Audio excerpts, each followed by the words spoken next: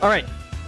Good evening, ladies and gentlemen, and welcome back to another live stream episode of Spyro Year of the Dragon, the Reignited Trilogy version. So, yeah, the last time I streamed this was on Saturday, and I actually did want to stream Summer Warriors on Sunday to celebrate the 20th anniversary, but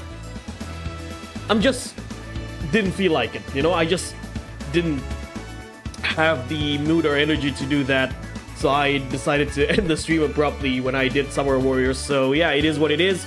But right now I'm in quite a good mood. There are some things happened, and I just recovered from quite a headache and a fever. I don't know what happens lately. It's that I've been getting this cold and fever and even headaches at random. It's been like this for the last 3 weeks. It's gone, but then it appears again sometime in the day, and it's getting on my nerves. I actually went to the doctor, and they said it was nothing serious. It's just a case of an allergy or a flu, but it is very, very discomforting, you can say. So, yeah, regardless, I'm gonna continue Spyro Year of the Dragon on Midday Gardens. Now, Midday Garden is my favorite overworld in all of the all of the Spyro Year of the Dragon overworlds. Don't get me wrong, I like all the overworlds, especially in this remake, but Midday Gardens is the one that stuck with me the most. It's just because back in the PS1 days, this is the overworld that I played the most. And hello, Sakuya, welcome. So you know what, without further ado, let's get started. Can you hear my voice, by the way? Just making sure. Just checking the OBS first. Okay.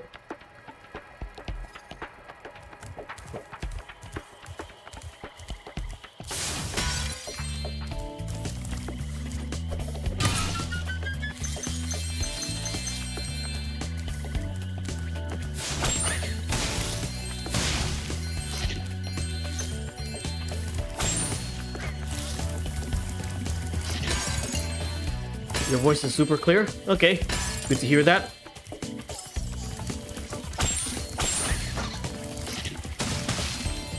Yeah, let's see how quick I can finish this overworld.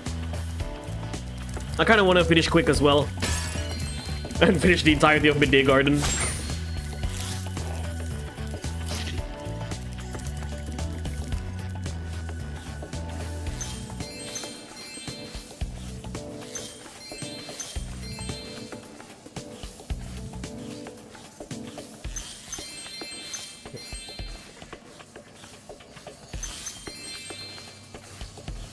Yes, this game was a PS1 game remade for the PlayStation 4, and I'm playing the PC version, which is the best version, by the way, because this game runs on 60 FPS on PC, while it runs on 30 for the PlayStation 4 and Nintendo Switch. I'm not sure about the Xbox One, though.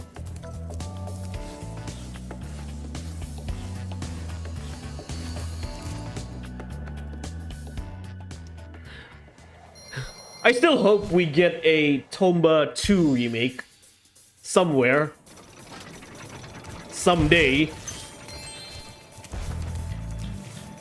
Alright.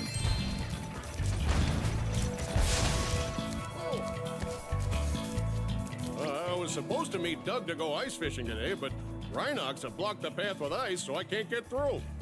I've been trying to clear the way with this cannon, but it doesn't even shoot straight. I haven't been able to hit a dang thing all morning. Sounds more like a skill issue, buddy. Let me show you how it's done.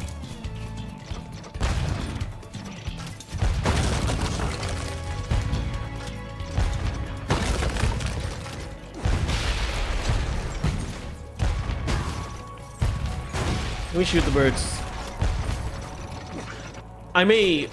If I remember, I think there is an egg when I shoot the birds. I can get an egg. Gotcha. Oh, just a gem? Never mind. That's what I'm here for. Another gem. Nice. Hey, Smiley, welcome. Good day. Well, it's night for me, but good day to you, buddy. All right. Where do we go?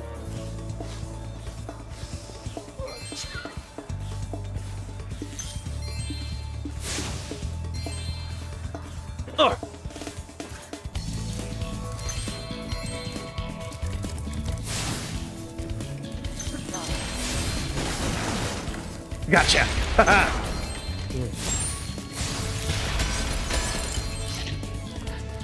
I do remember, well, this can be considered as a platformer, I suppose.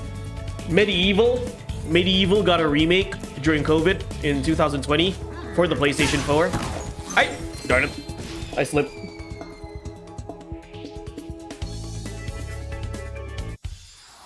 I'm not too familiar with Medieval, but... Alright, get out of the cannon right now. Sir, get out of that cannon right now.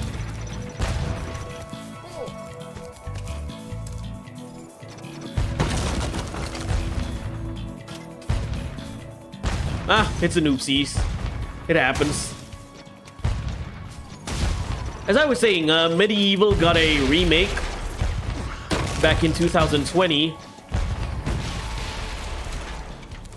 The last decade, or half a decade, I would say, from 2017 to today, basically, was the year of remakes.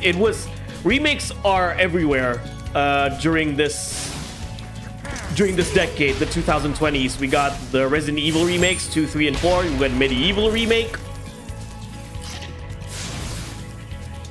We got Like a Dragon remake.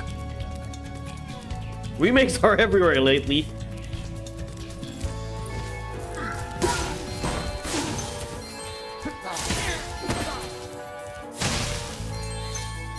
Long time no see. This game looks and feels incredible. Xbox is capped at 30, I believe. So I'm right then. The PC version is the best version.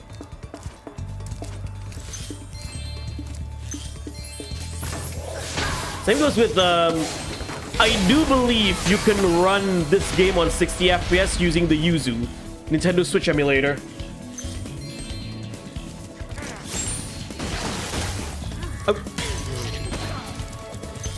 It's been so long. I haven't streamed in a while. Friends, no worries. Yeah, I mean, I understand. Probably some, you know, real life issues. Or not really issues. Just real life things, basically. I mean, there's a rat in... Ouch! I mean, I understand certain circumstances that you have to, you know, you have to sacrifice because of certain things you need to do in real life. It's understandable. Like, when it comes to streaming, at least for me, if I can stream, then I'll stream. That's my mentality. Same goes with making videos. If I can make a video, I'll make a video. Which, by the way, I am right now in the process of editing one. I'm going to talk about X-Men Mutant Academy, a PlayStation 1 fighting game. Still working on that, Sakuya. Keep the channel updated though. Oh yeah, of course. Like I'm still, I have your channel on notify, by the way. And get this Rhinoc off me.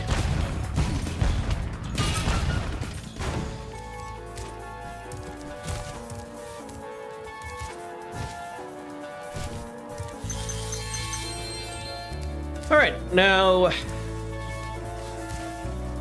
playing there. What's my stance on physical versus digital gaming? I'd say both has its place. You know, I understand. Like, here's the thing: I understand the concerns about games going full digital. Okay, this is quite an interesting topic. I understand the concern from the gaming community about games going full digital. It's not necessarily about the form that's being talked about, right? The biggest concern is not necessarily the form between physical or release. Oh my god, not violence. The biggest concern is not necessarily about the form, whether it's physical or digital. It's more about ownership of a game that you bought, right? So if games go full digital, but you own everything that you bought, like this digital product or this digital goods that you bought using your hard-earned money, you own that digital copy 100%, then there's no problem. The problem lies with the fact that when you buy digital games, you are relying on a service, like you're relying on a service that runs by a company, which means when the service went down, or the company who owns that service can easily take away the things that you purchased. Now, that's the biggest issue. Now, whether I'm for or against digital copies, I'm not against digital copies whatsoever. I am actually perfectly fine with digital copies as long as companies that sell these digital copies guarantee my ownership of these products, right? If I bought, like say, I bought Spyro Spyro Reignited Trilogy on Steam or Activision or whoever owns this game, because I bought it with my own money, they need to make sure that I now own this game for my own 100%. They cannot take away what I have owned that I bought a couple of years ago, right? They must not take away the games that I bought. That's the biggest concern. I understand the concern. So my stance is that I'm fine with physical or digital. I feel like both copies, you could say, or both entities can coexist.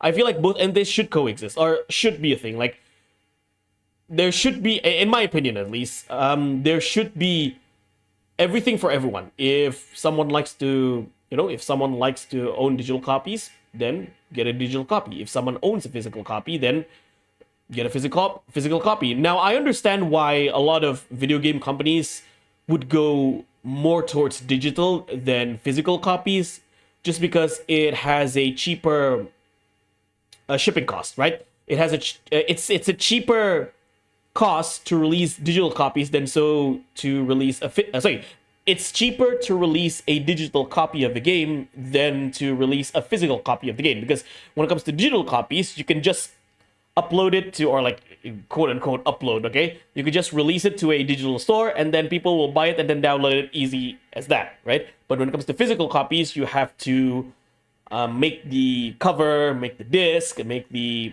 basically make the physical form of that game and then ship them to your local stores, right? Ship them to stores, ship them to either local stores or stores worldwide. It takes a lot more cost to sell a physical game than that to sell a digital game. It makes sense, right?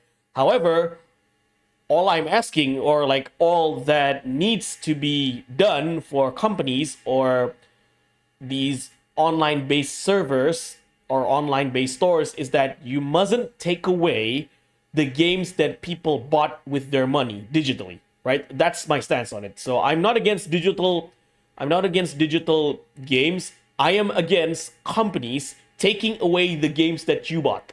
If companies can make sure that the digital... Okay, some games, I understand, some games might be taken out of their digital stores.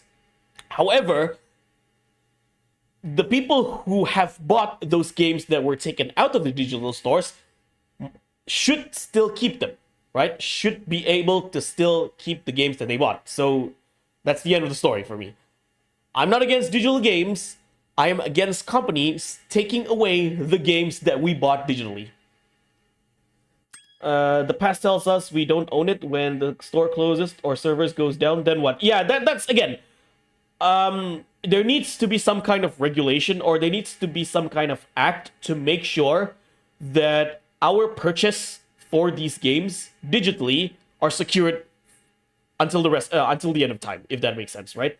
So whenever the servers go down or companies take away the games from the store, we can still keep them digitally.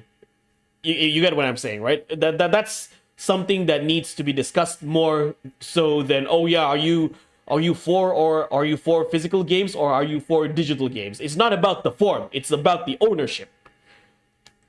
All right, let's continue.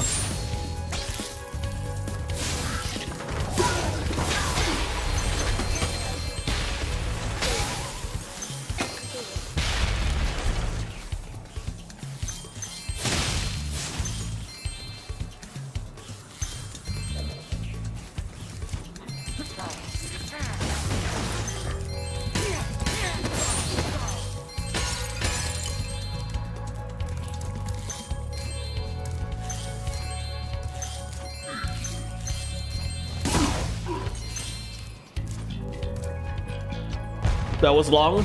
I mean, that's part of streaming for you. It's not just playing the game, it's having an open discussion and having an open chat with you guys on the live chat.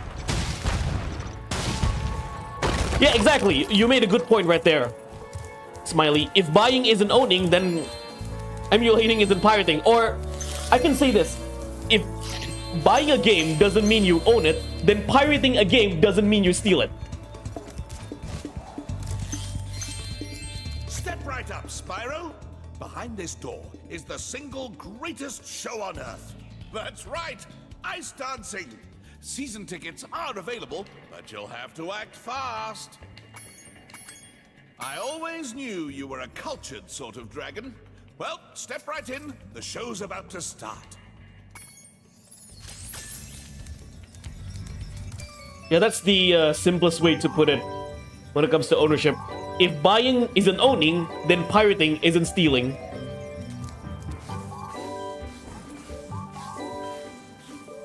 Tonight is my big This is probably the funniest and these hockey players mission are in the game. Long live Profar.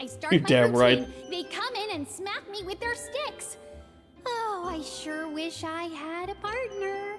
Someone courageous, strong, handsome, and purple, who breathes fire. Will you please help me perform my ice dance? Yeah. Let's do this. Thanks. Let's go. That is legit one of the funniest missions in the game. Get out of here.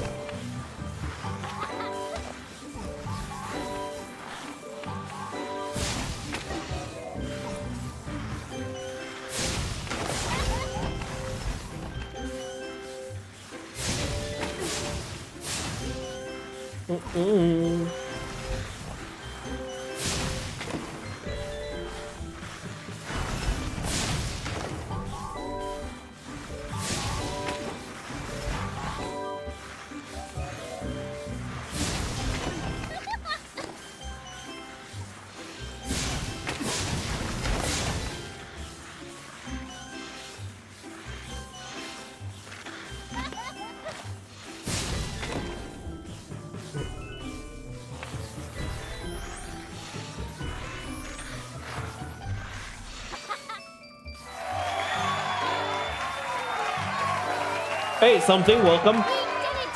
That was my best performance ever. I guess one of the judges didn't like it though. He threw this egg at me instead of a rose. Why don't you have it? Cerny.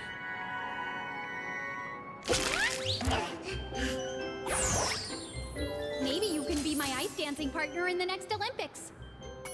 Whatever you say.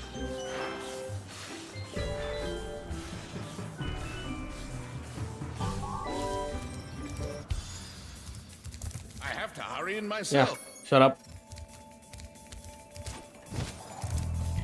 Okay. Now, I want to talk about this as well, about physical copies. Physical copies have their fair share of bullshit as well, especially in modern physical copies. Now, here's the thing. How many of you expect, like, hey, for Nintendo Switch, hey, JK14, Joe Mock.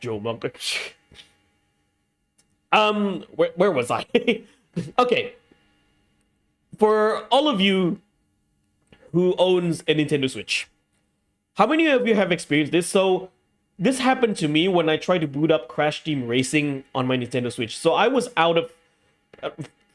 okay, Profar Starifaldi, thank you. I'm speechless. Okay, Uncle Burhan. That's your uncle, shut up.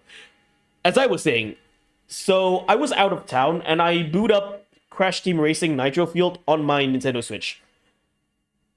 The moment I boot up that game, you know what I got?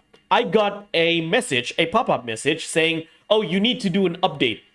However, I cannot do the update because I am playing on a bus with no Wi-Fi whatsoever, with no internet connection whatsoever. However, if I didn't do that update, I'm not able to play the game. So I can't play the game, even though I own a physical copy of the game on my Nintendo Switch, because I didn't do, or because I had not done the digital update for the game. So, and it also happens with other games, Super Mario Odyssey. another message came out. I want to play Super Mario Odyssey. Again, I own a physical copy of Super Mario Odyssey on my Nintendo Switch. I boot up that game using the memory card, so to speak, like using the micro card. I boot up that game, and the game asked me to update the game via online, right? With an internet connection. I said, no, I can't update because I'm not connected to any internet whatsoever. I'm playing on a bus, god damn it. And then the game said, oh yeah, if you haven't done this update, you cannot play the game. Why? Like, this is a single player game that came out 7 years ago. Why must I update? Like, what's so important with the update that I need to do in order for me to play Super Mario Odyssey, a single player game, right? So, based on that logic alone, in my opinion at least, when it comes to the discussion about physical or digital copies, it's not about the form. It's about your ownership. So, you can have a physical copy of the game, but it's still, like, your ownership can be compromised as well. Like, you bought a physical copy of the game, and then you need to do all these updates, right, from the publisher server in order for you to play the game. And if the server went down, even though it's a single player game, yeah, your physical copy of the game is useless. It's just an object. It's just a disc, because you still need to conduct online updates from a server that is dead.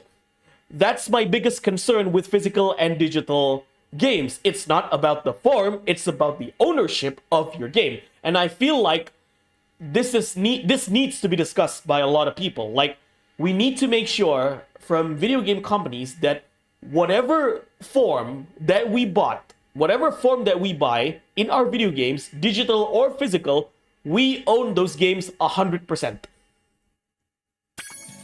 Why doesn't the... Okay. How are the Steam achievements for this? Do you go after those much? I already 100% the Steam achievements, Smiley. I told you, I complete this game. And it's one of the... I wouldn't say easy. It took me a while to complete the achievements for this game. But it's one of the... Yeah, you can say easiest game to... I say too much. It's one of the easiest games, at least for me, to complete all of the achievements. And not to mention, Spyro is not an overly challenging and an overly difficult game to play, right? Most of the achievements here are easy to get. And I did around like 30 hours of the gameplay, so it's not really that long compared to other games that I've played on Steam. Hello Bang PV. Why does the dragon doesn't wear clothes? Is he Joe Monk? Why doesn't the dragon wear clothes? He's Joe Monk. And Smiley, that's an Indonesian joke, okay? It's hard to explain, and probably it's better not to explain. Joe Monk. Enough with the jokes. Some people won't understand it. God damn it.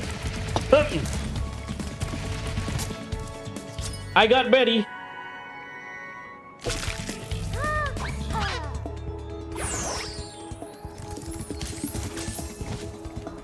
Up.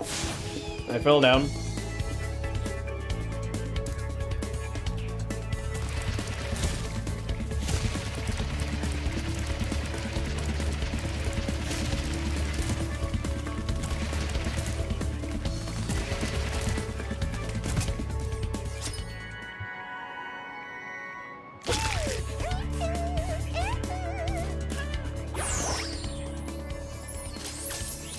Why are you so stingy not explain the joke? Because I don't want to. Here's the thing. If you have to explain a joke, there is no joke.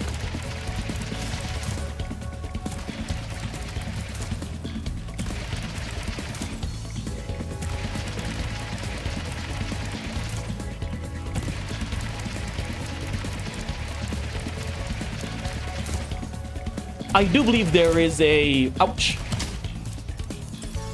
Yeah, there is a gem somewhere here.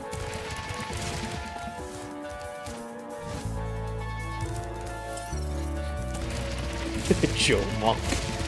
I might make that character in WWE 2K. Joe Monk. Okay. Alright, Sparks, where do I go? Ah, a nice wall. You can just break it. Ouch. Any other more?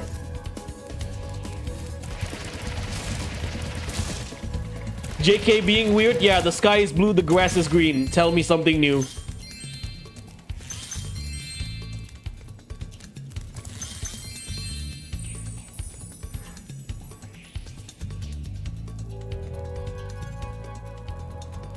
Also, JK, are you implying that looking at Spyro with no clothes turned you on?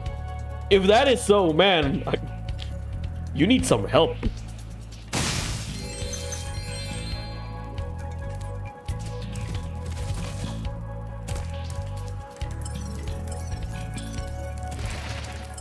Right, let's get out.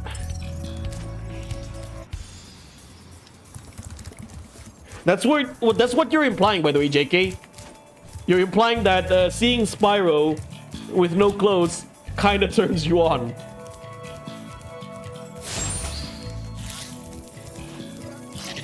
Now that makes me intrigued about JK. So Bob wouldn't beat me to the ice fishing hole. If you want to try out the hole, you can borrow this fishing lure I've been using.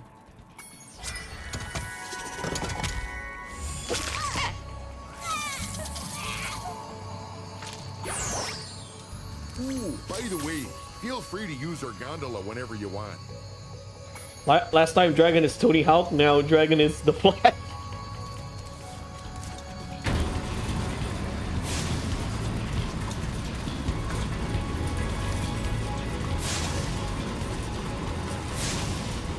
Man, this game looks absolutely gorgeous. Oh, you shot the ice. Yeah, thank you for stating the obvious, sir. Now let me shot the birds.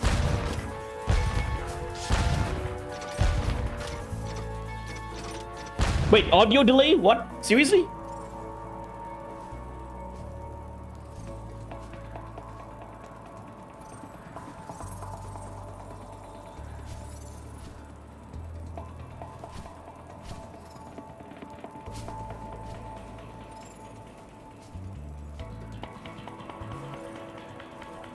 All right, let me fix it.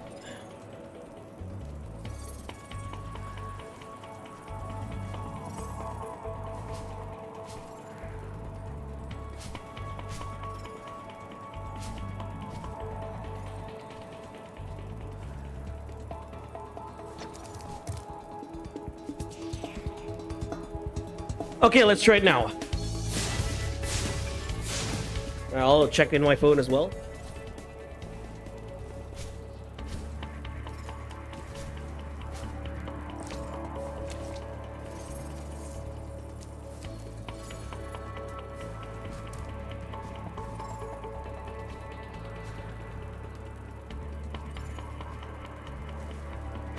Brilliant.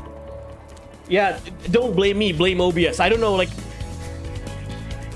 a lot of streamers I notice have this issue as well. OBS decides to delay for some reason. Dragon Ishikawa and its canon.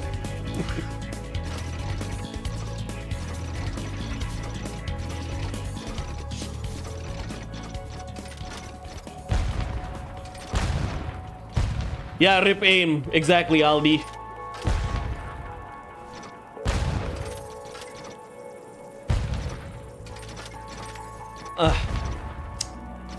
My god, I have Stormtrooper aim right now.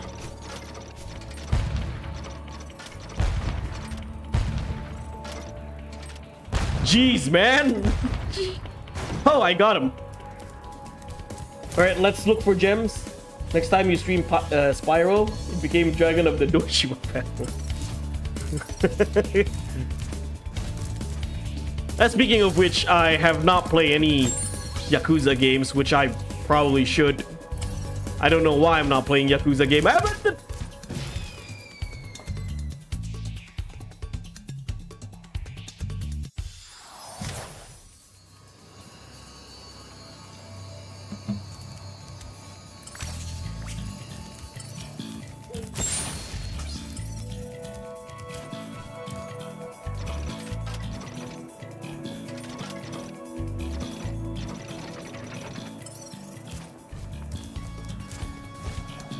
Yeah, GG.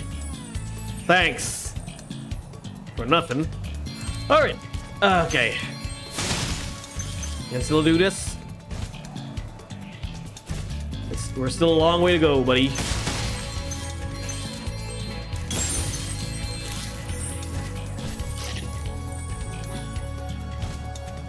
I haven't opened that. Dragon or chicken.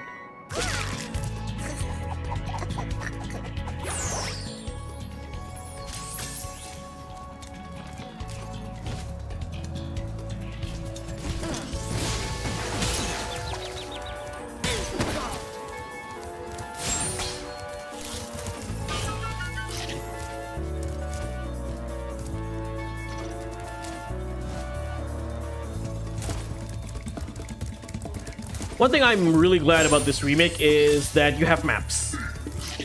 You see the map, right? In the bottom left corner. Yeah, in the originals, I do believe you don't have that. So this is something that the remake added for this game, which I'm really glad they did.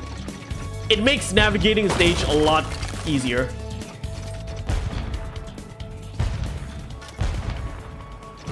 Got one. And the other one? Chimera from Full Metal Alchemist. Gotcha.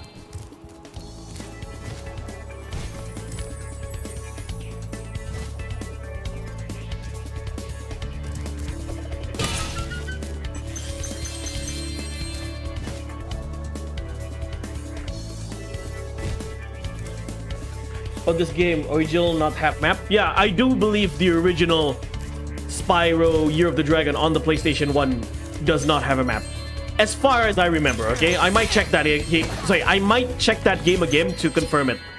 But as far as my memory goes, it doesn't have a map.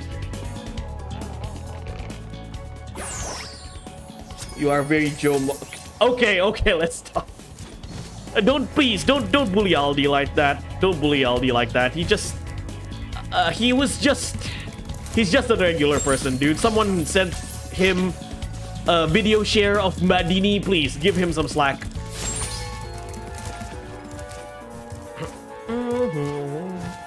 So we.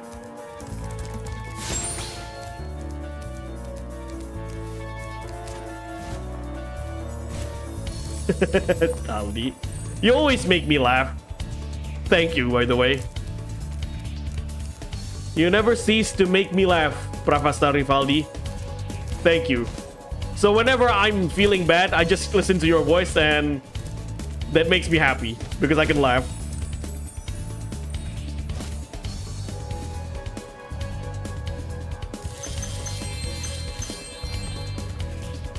Right. We still have 6 more to go. Guidebook. Okay, we have all the eggs, but we still need to find the rest of the gems. It's probably on the flying birds. You're welcome, Bang. Your voice is funny. The self-proclaimed Taehyung. Oh. I can go down here. Ah, I know what I need to do. Sorry. I know what I need to do.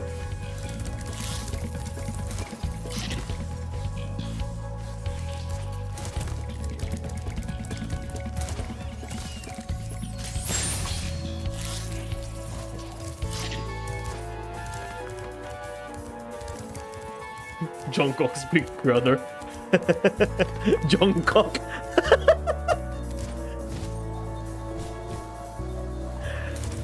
That sounds like a Korean name, by the way, Jungkook.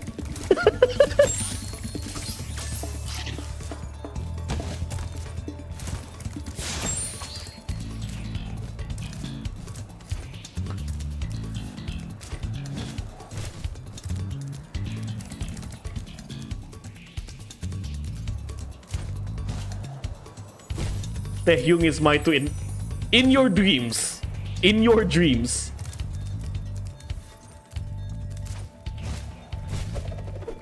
There you go. Alright. Hopefully this is it. Oh, not yet.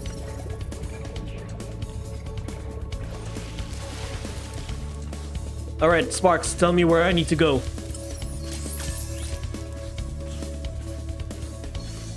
Oh, there's more? Ah, there it is.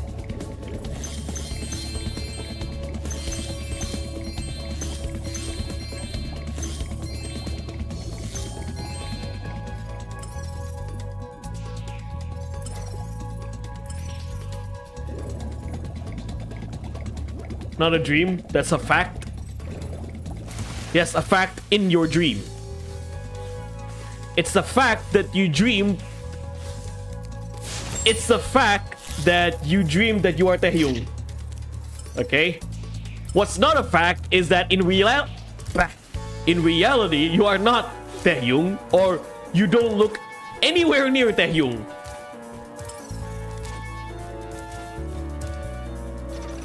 At best, Aldi, you look like Psy, PSY. That's at best. And I'm saying that as a compliment, by the way. If you want to be a lookalike, if you want to look like your favorite Korean artist, you look more like Psy, Gangnam Style. Yeah, that guy. You cut your hair short, wear a tuxedo, and then wear sunglasses. You will be Psy 2.0. Believe me.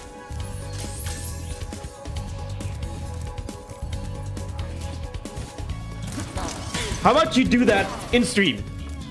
Wear a tuxedo, cut your hair short, and wear some sunglasses or shades. Then become Psy 2.0. And dance Gangnam Style while you're at it. In reality, you're not Taehyung, you're Jungkook.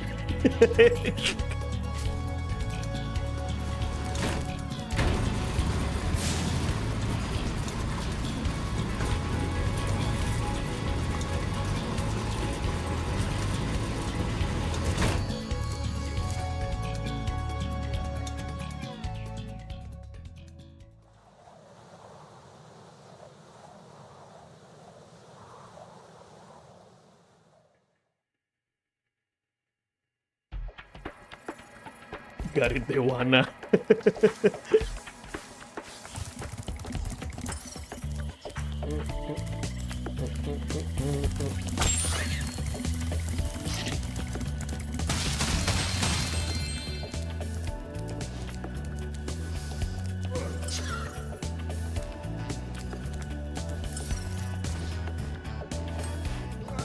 Oh, why am I going there? Let's swim.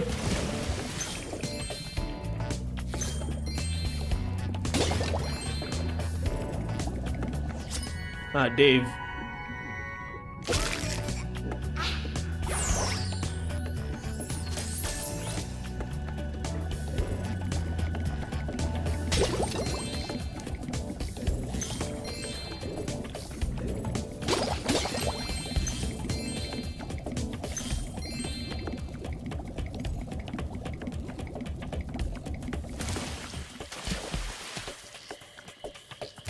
My face Taehyung in your dreams.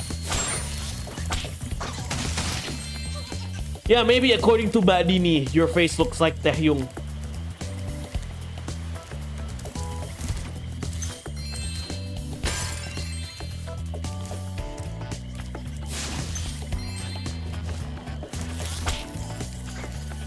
There's an egg thief. Ha!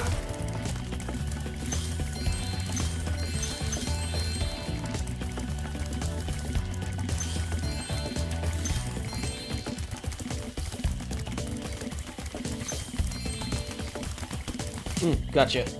Yeah, that's the thing with baby dinosaurs here. They hatch and they disappear.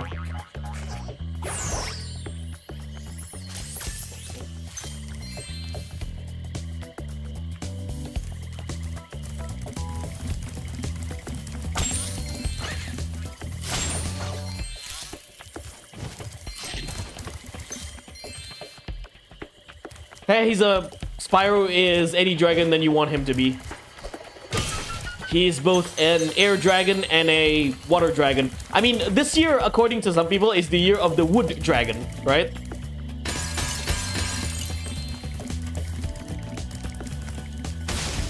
By the way, I just need to make sure one thing, guys. Is the game audio still delayed?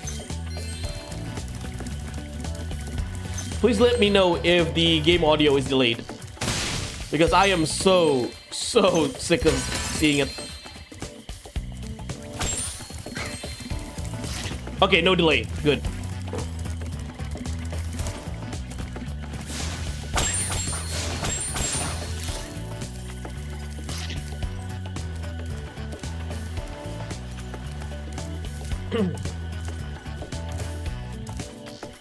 Hey, Spyro! Zoe told me that if we hit that doodad up there, the portal will open. Why don't you try spitting this rock at it? Easy peasy lemon squeezy. When you've picked up a rock. Okay. Poof.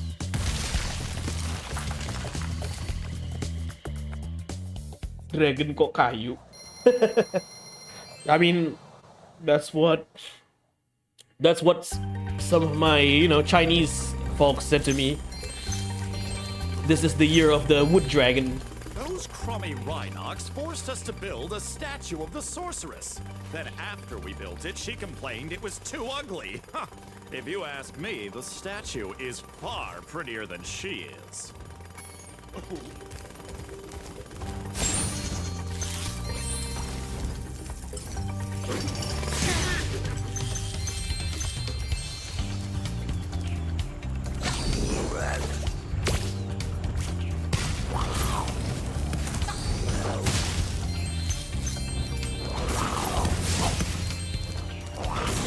Oh yeah, this is another favorite stage of mine.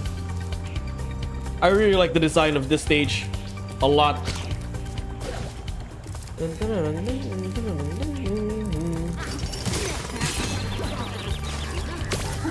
Ouch.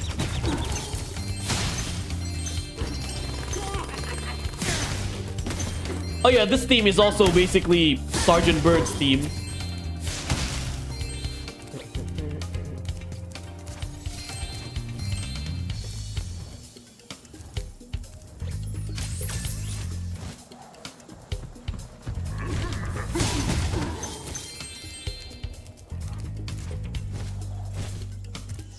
Gladys. The cat looks like a Cheetos mascot. Yeah, he does. Hunter, the jaguar. Yeah, he does look like the Cheetos mascot. Especially with the fact that he plays a skateboard. Maybe his character is based on the Cheetos mascot? I don't know.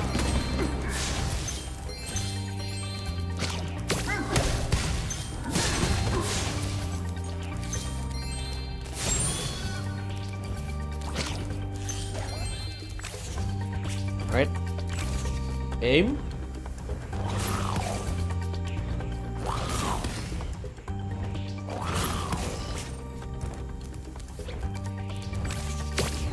Gotcha.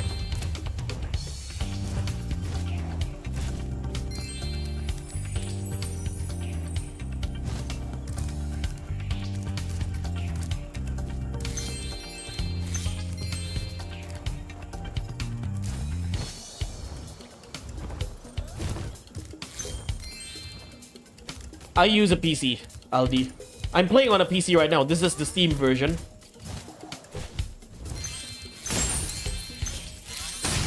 I'm a PC master race, buddy. But if I can buy a console, I would buy a console. I mean, I owned a Nintendo Switch, but I rarely play Nintendo Switch. The only time I played it when I'm having outside work, and then like I'm out of town for business duties. Even that, I sometimes touch, or I sometimes decide to play the Switch.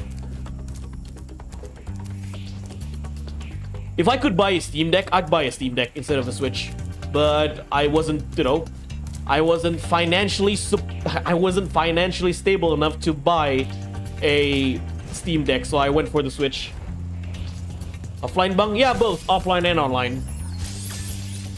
PlayStation? No. Well, I still have a PlayStation 2. But I played mostly the older PlayStation games on my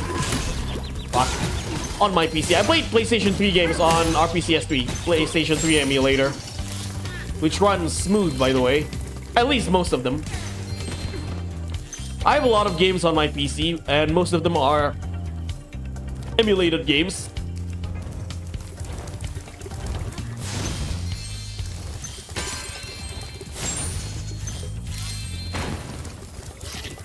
Ow. I'm almost ready to reveal my latest piece of real-time four-dimensional performance.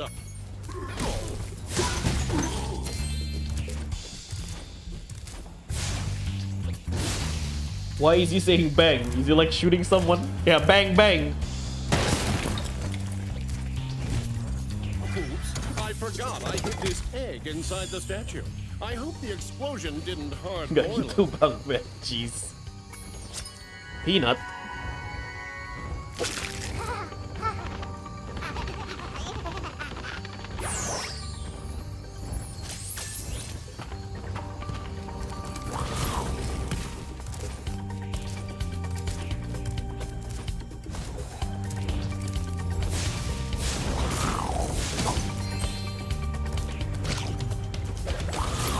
Ouch.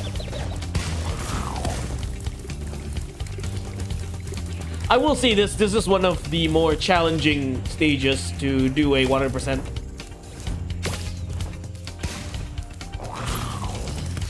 The other one.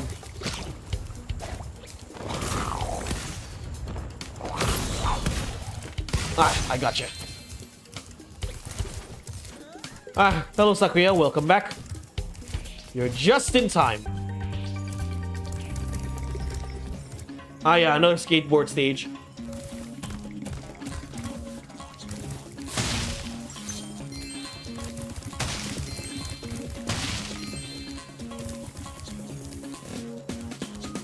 Isn't this the wildest skateboard park you've ever seen? Once you've mastered a few tricks, you could really rack up a huge score in this place. What do you say I show you some moves? Sure. Let's start with something easy.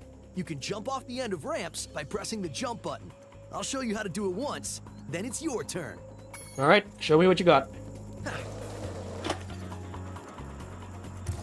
Easy peasy lemon squeezy. Okay, now try doing a roll. You can roll in midair by holding down the action button while steering left or right with the left stick. Do I really need to explain everything to you? Okay.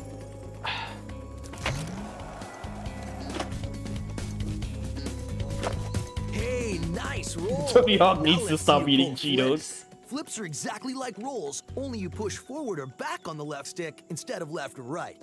Just jump off the ramp, hold down the action button, and press forward or back. Sure.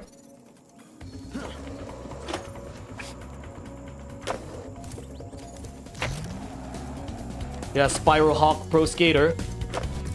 Whoa, you must be a natural! Now let's see if you can pull off a half-pipe spin move. The blue ramps are... Yeah, just tell me how to do it.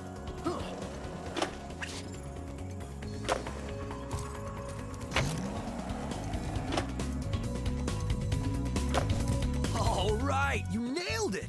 Now let's see if you can do a 900. Get as... Alright.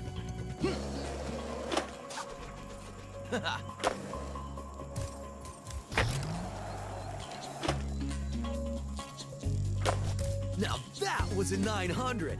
I have to admit, you've got some skills, Spyro. But before you get too cocky, let's see if you can score some real points on the giant ski ramp. Do whatever moves you want, and see how many points you can get. Wait, hold on. I'll be right back. Let me check on something.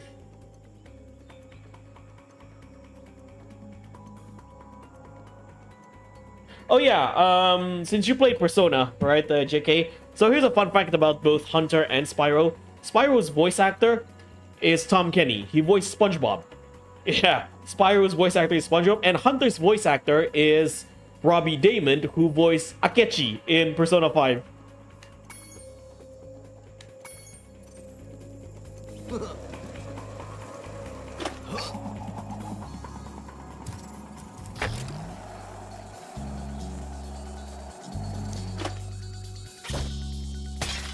Oops, wrong.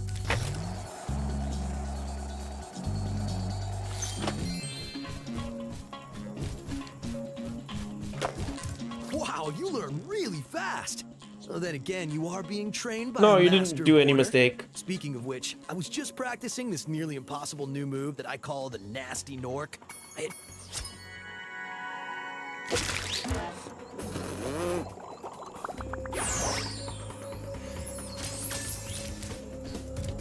think you're ready to try some one-on-one. Hey, Mini Wanna Spec. try a In the freestyle original version, he competition was for voiced by points? Carlos. Yeah, Mura. Carlos Alazraqui. Yeah, I know. In this version, he's voiced by Robbie Damon. Although Carlos Alazraq, I can't pronounce his name correctly. Carlos still voiced Ripto in this game. Let's go. All right, whoever scores the... They're facing Hunter.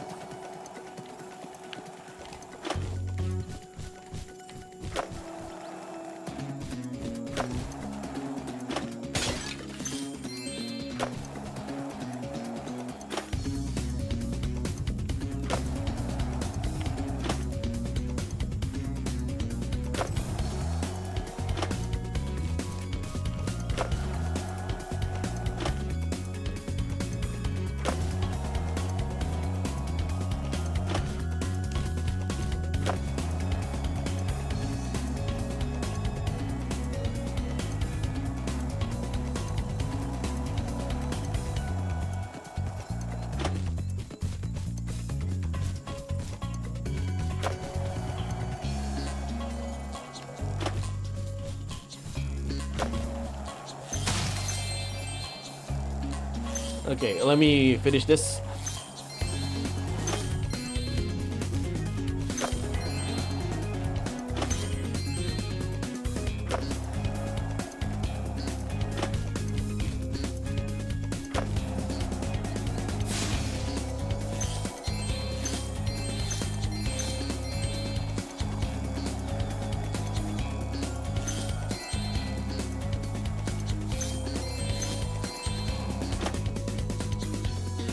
Ouch! I botched that. No worries.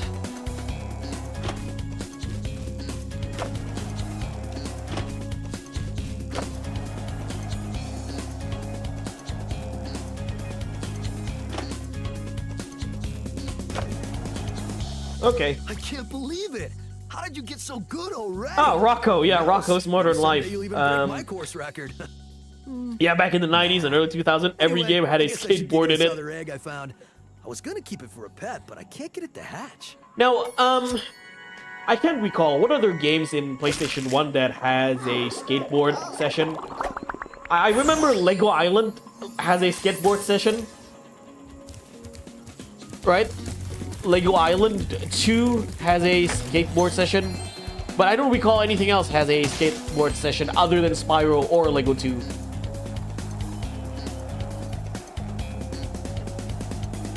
Oh yeah, Spyro's music is magical. It's a very... It's a chill music for a chill game.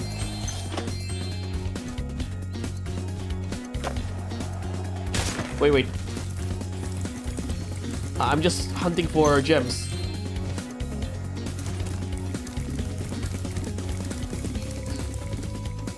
You can go for the course record now if you want. I'm not going for the course record first. I still want to do the, I still want to collect all the gems.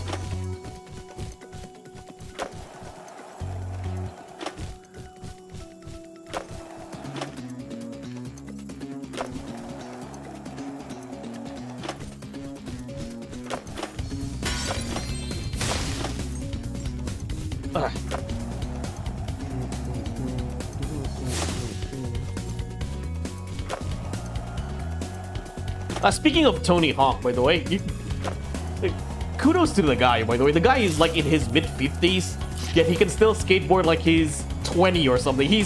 Some people call him, he's the oldest teenager ever, which is correct, by the way. I do not deny that statement whatsoever. Whew. I haven't played the Tony Hawk remake. For those of you who played the Tony Hawk remake, is it any good? Like, I mean, I'm not too big I'm not too big with Tony Hawk Pro Skater games, but I understand the appeal. I did play a bit of them back in the PS1 days with a friend. And I also played the Tony Hawk games in the N-Gage, I do believe. Yeah, I had a blast, couple of blasts. But for, yeah, just asking, for those of you who played the Tony Hawk 1 and 2 remake. Yeah, Bang, I'm going home first. Yeah. Alright, Aldi, take care. What's this game about? Yes, dragons. That's what it is. It's called Year of the Dragon. It's basically Chinese New Year.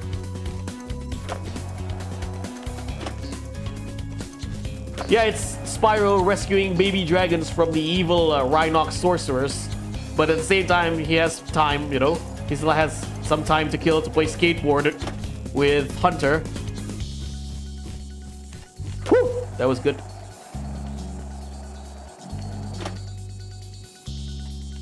Ah, silly me.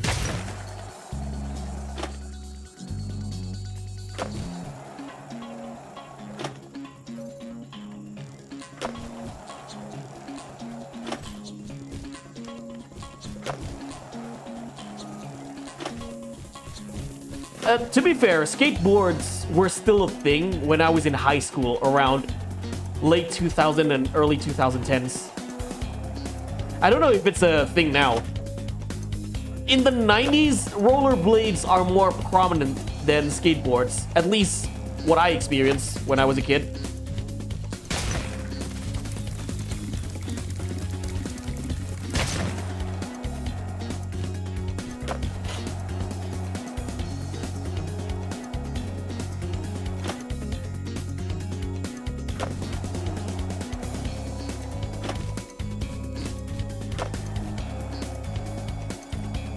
Let's see if I can do a flip before the time ends and get that 10,000 points.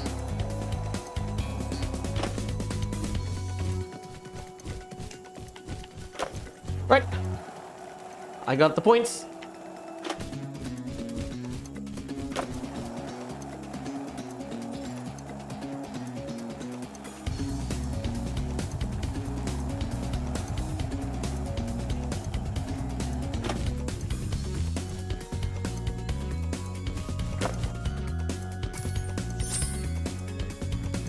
Anyway, gotta go. Thank you. Tony Hawk is just pure fun, like a homeless dude gives you $50 to do a kickflip. Yeah. Icy Peak.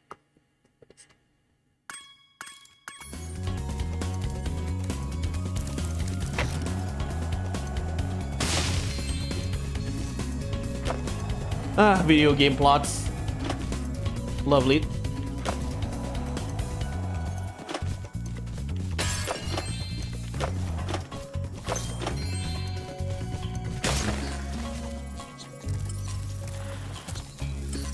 Alright, Sparks. Am I done here? Well, please let me know.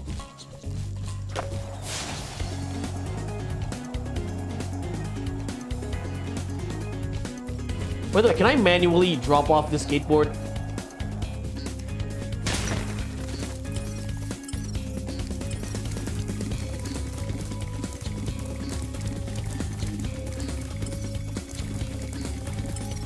Alright. I think I'm done here.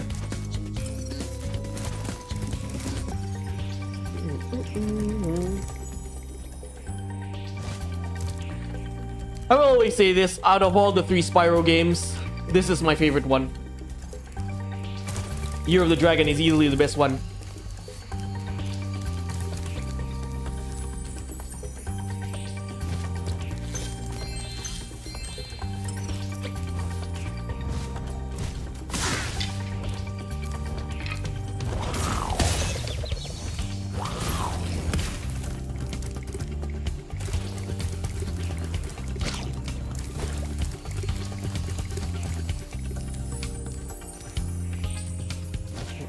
Hold on. Hold on. I'll be right back.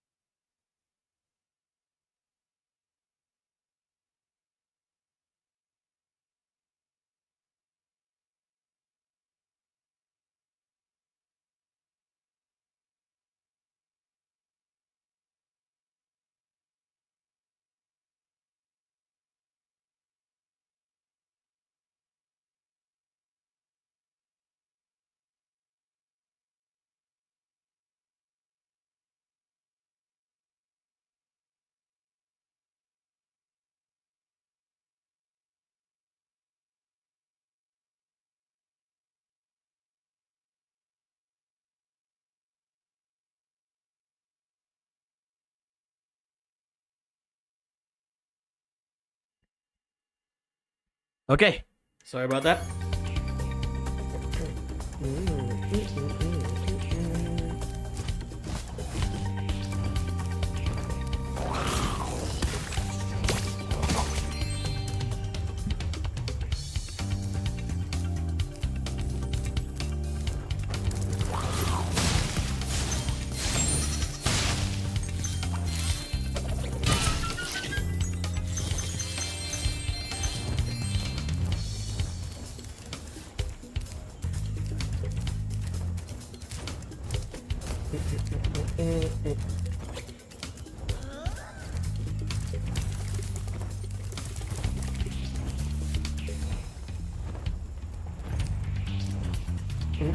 All right.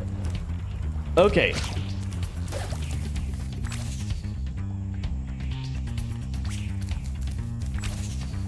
Fire. Oh.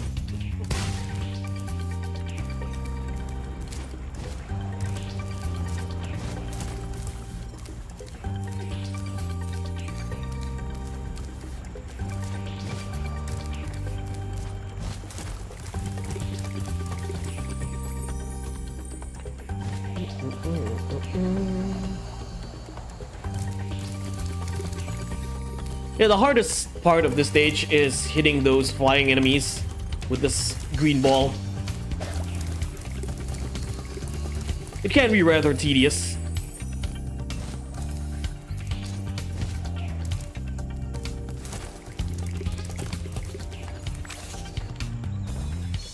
Ah, you see I miss.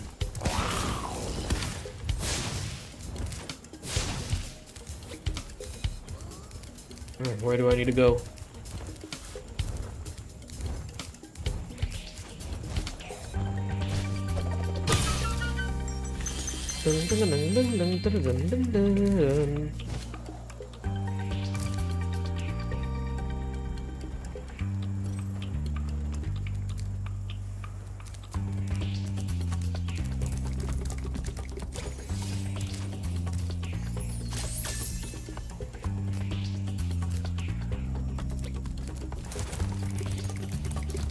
I'm going the wrong way.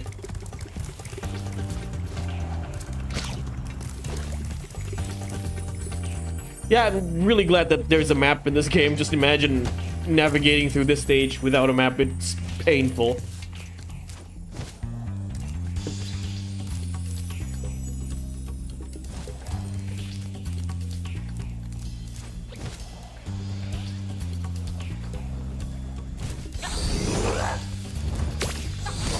Got one.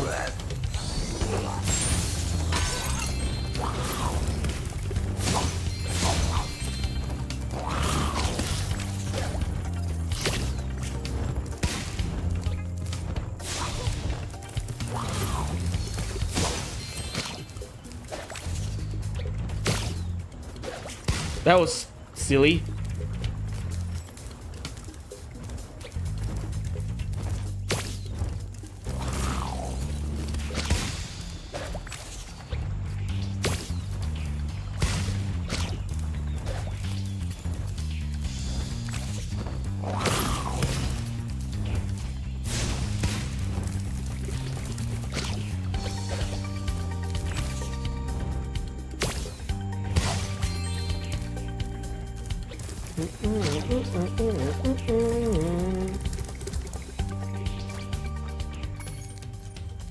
Yeah, I still need to unlock Sergeant Bird before I go there.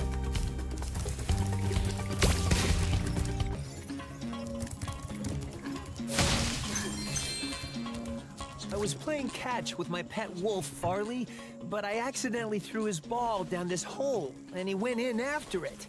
Now he's stuck down there, and I feel so helpless, sitting up here, listening to his steadily softening whimpers. Alright, I can help, don't worry.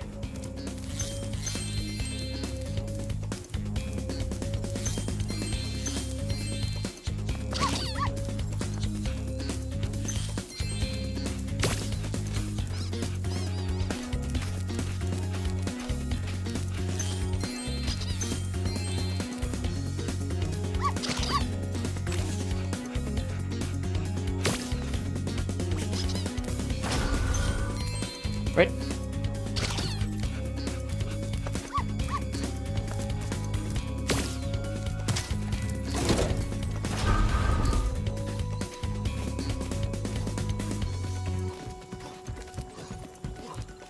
Where's the ball? Out you go.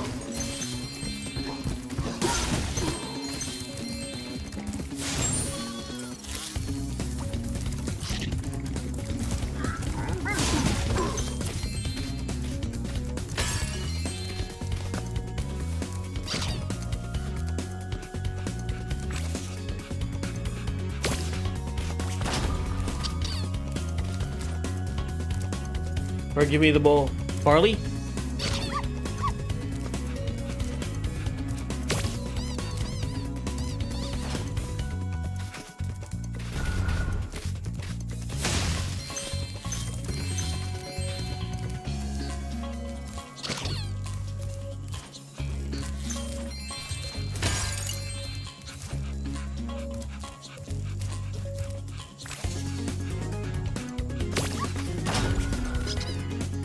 We go?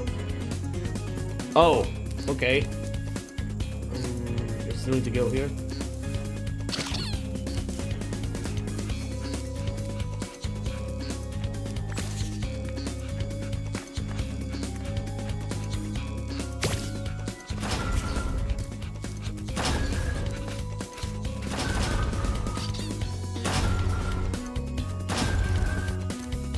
I'm a bit too late.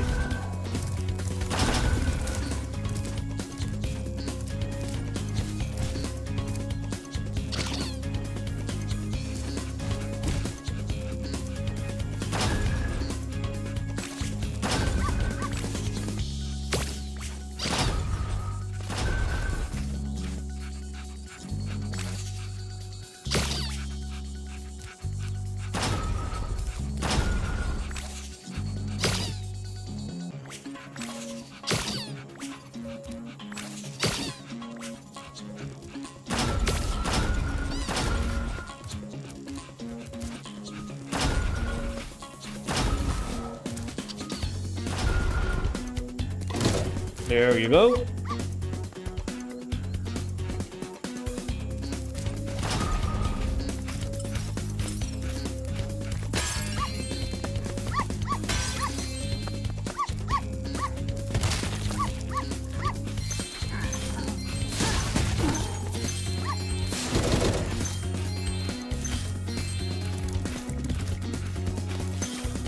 Found your dog. Found Farley. How can I ever thank you? I mean, I could give you this old egg, but Farley's been chewing on it and it's kind of slimy. Oh well, it's the thought that counts, right?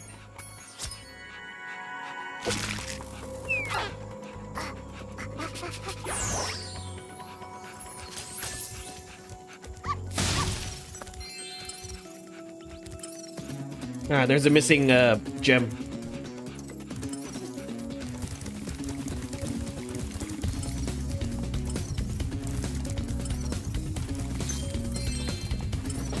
Okay. Right.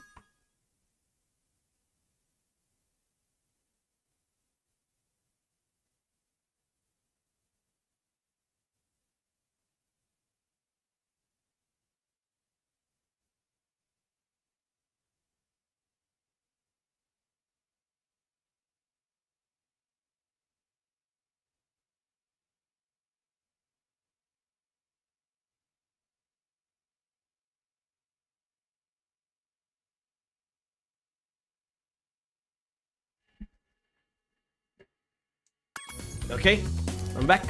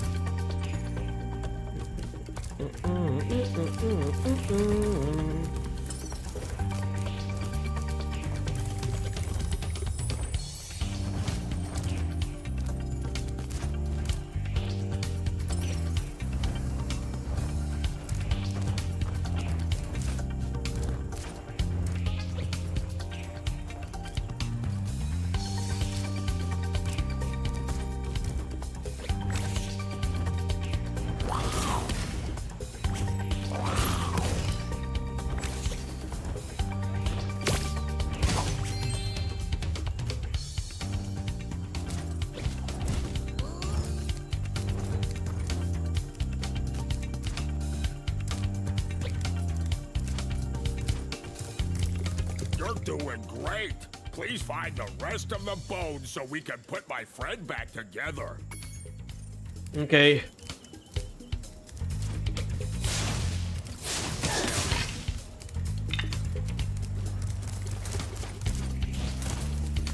Let's find all 8 bones.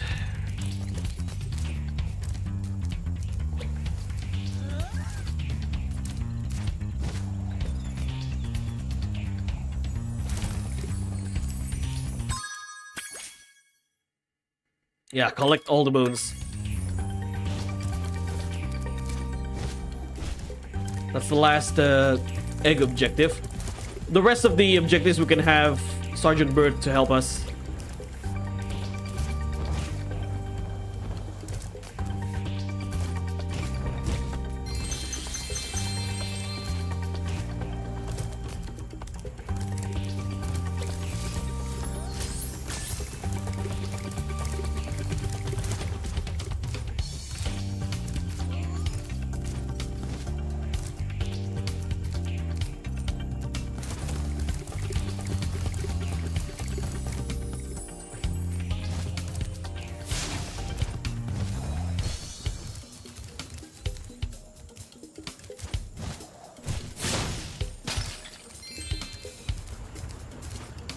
And we're back. Co-workers were buzzing in office while I'm trying to catch the Spyro stream. I mean, you gotta do what you have to do. Smiley, don't worry about the stream. Dun, dun, dun, dun, dun. Ow.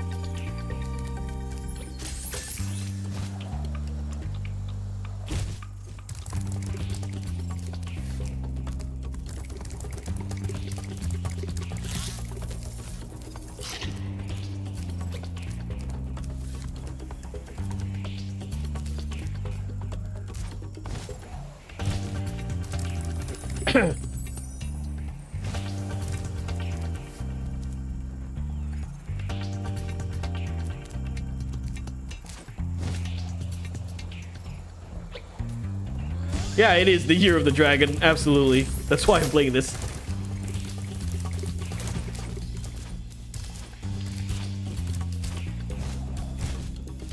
Where? Ah, there it is. On top of that tower.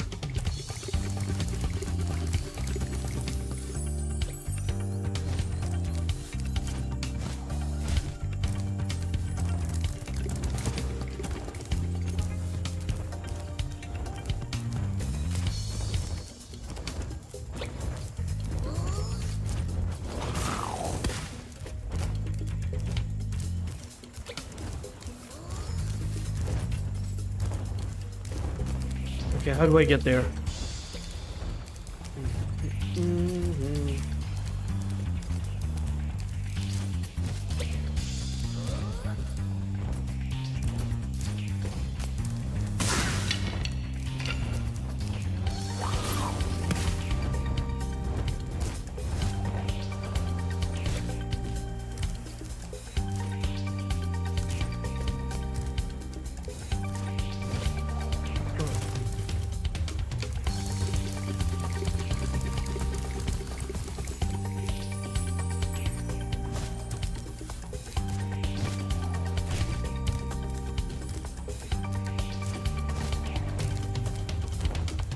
Okay, how do I get up there?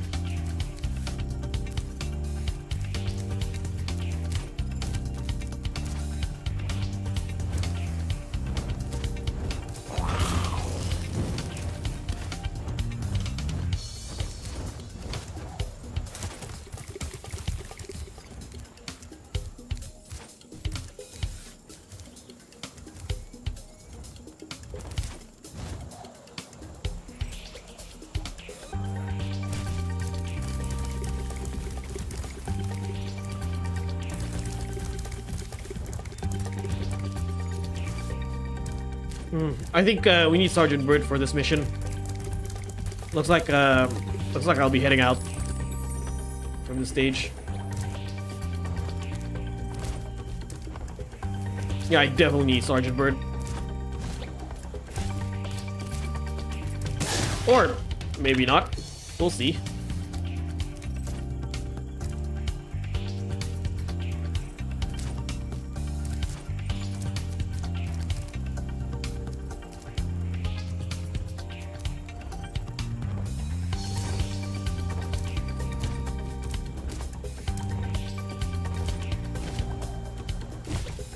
Yeah. Profar, I hear Indonesia has one of the fastest growing economies in the world. That's awesome. Yeah. We're growing. Okay. Yeah, I'll do that mission later when I unlock Sergeant Bird. Things hasn't been always easy in Indonesia, but there are some good things as well. It is what it is. Whew. Okay. Oh, just 2 stages and I'm gasping right now.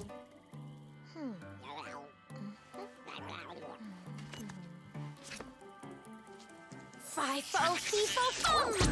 Oh, well, oh, shoot. Fiddly-fo, grow!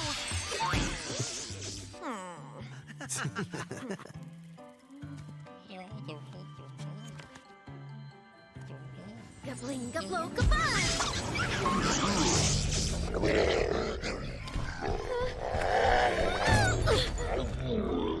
We should help her. You're kidding, right? She nearly toasted you. Yeah, but she was aiming at you.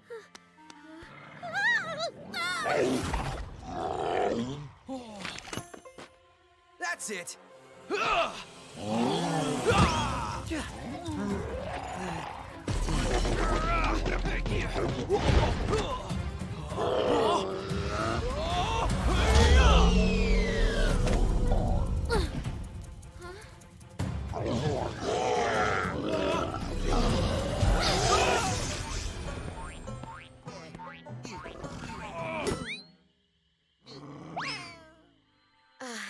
Thanks. No problem. It's a good thing for you Hunter was around. I can look after myself. Oh, sure you can. Would you like me to show you? Out of magic, huh? How about I give you a jump start? I'll deal with you later. Hey, why'd you have to scare her off? Do you think Toys for Bob can keep more of our favorite classic games alive with remastered and such? Probably. I'm down with new ideas as well. I'm down with new IPs or new games in general, not just remakes. Remakes are good, but in my opinion, there's only so much you can remake. Not every game deserves a remake. Hey, Leon, welcome. There's one objective I need to do here. Icy Peak, glide to the pedestal, yeah. I need to glide here.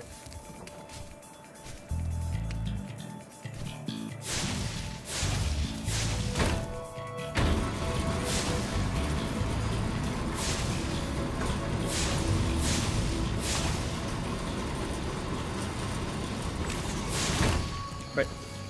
Go down.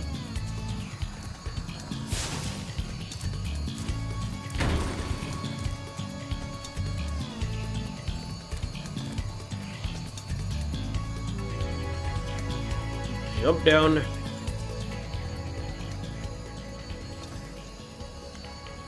Modern gaming and movies seem very bland these days. Depends on what you're looking, honestly. I don't consider modern gaming as bland. There are a lot of good modern games I've played. Tekken 8 for start is a really good game. I mean, I've made a video last year, right? How I think. Wait. Alright, let me exit the level first. I made a video last year why I think 2023 and even 2024 is a really good year for video games. Like, since last year, we got Hi-Fi Rush, Zelda Tears of the Kingdom, Super Mario Wonder, Baldur's Gate 3. Fighting games are also really good. You got Mortal Kombat 1, Street Fighter 6, now Tekken 8. You got Monster Hunter Wilds coming next year. You got GTA 6 coming next year. What's not to like with modern video games, honestly? Movies, I don't really pay attention to movies, honestly. Although I do watch movies in the cinemas quite often lately. I didn't watch the last movie I watched on the cinema was last week. I watched the Spy X Family Code White movie. It's a good movie. I watched some Indonesian movies like 13 Bombs, and also what was the last, I would say, American-made movie I watched? Oh yeah, the last American movie I watched was Migration. It's Illumination Studio animation, which is really good. Yeah, true.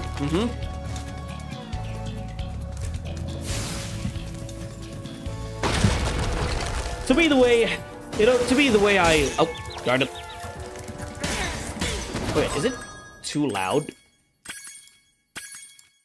I mean, it's 7. All right.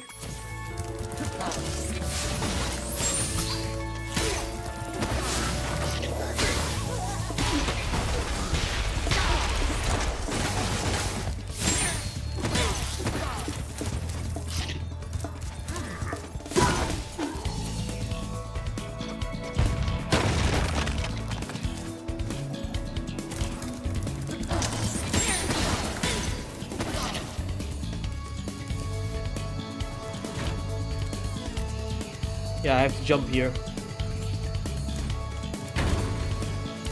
I'm using a PlayStation 2 controller, by the way, Smiley. With a USB to PlayStation 2 cable connector.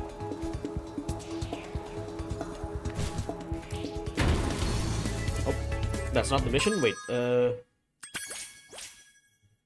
glide to pedestal. Hold on. Glide to pedestal. Spyro 3. How do I do it? Oh, it's not here. Okay, okay, it's not in this place. Where's the pedestal? Okay. I'm looking at YouTube videos for guides. As I was saying, to me, when it comes to, oh, there are movies these days are shit, or games these days are shit, it always depends on what you're looking at. I'm always in the belief that if you're actively looking for shit, then you're going to find shit. If you're actively looking for gold, then you're going to find gold. Classic, yeah.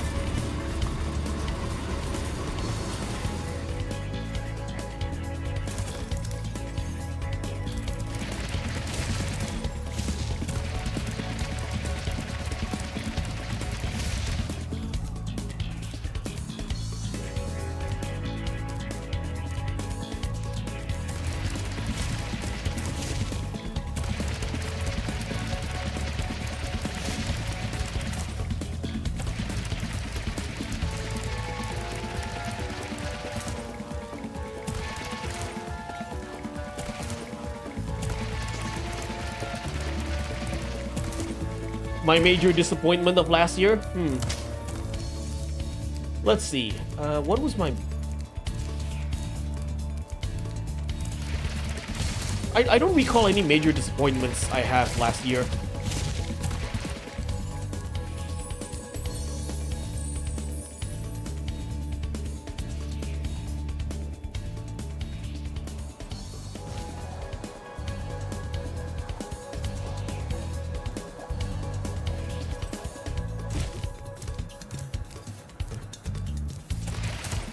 Yeah, I don't really recall any major disappointment. Oh, sorry, disappointments last year. A lot of the games I played last year are really, really good.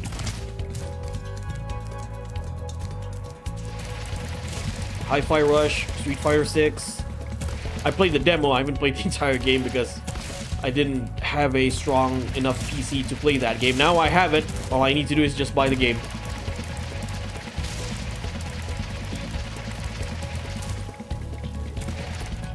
But yeah, I don't recall anything that disappoints me as far as 2023 when it comes to video games. I heard Fate Samurai Remnant is really good if we're talking about Muso games. I still need to try that. I do like the action RPG approach for Fate Samurai Remnant. The last action RPG like Muso game that I played was Spirit of Samurai, and I only played that on a friend's PlayStation 4. Now that I have a strong PC and now I have the game as well, I might play that game. I do like the story of Spirit of Sana. I feel like it's also a good benchmark for Koei Muso storytelling.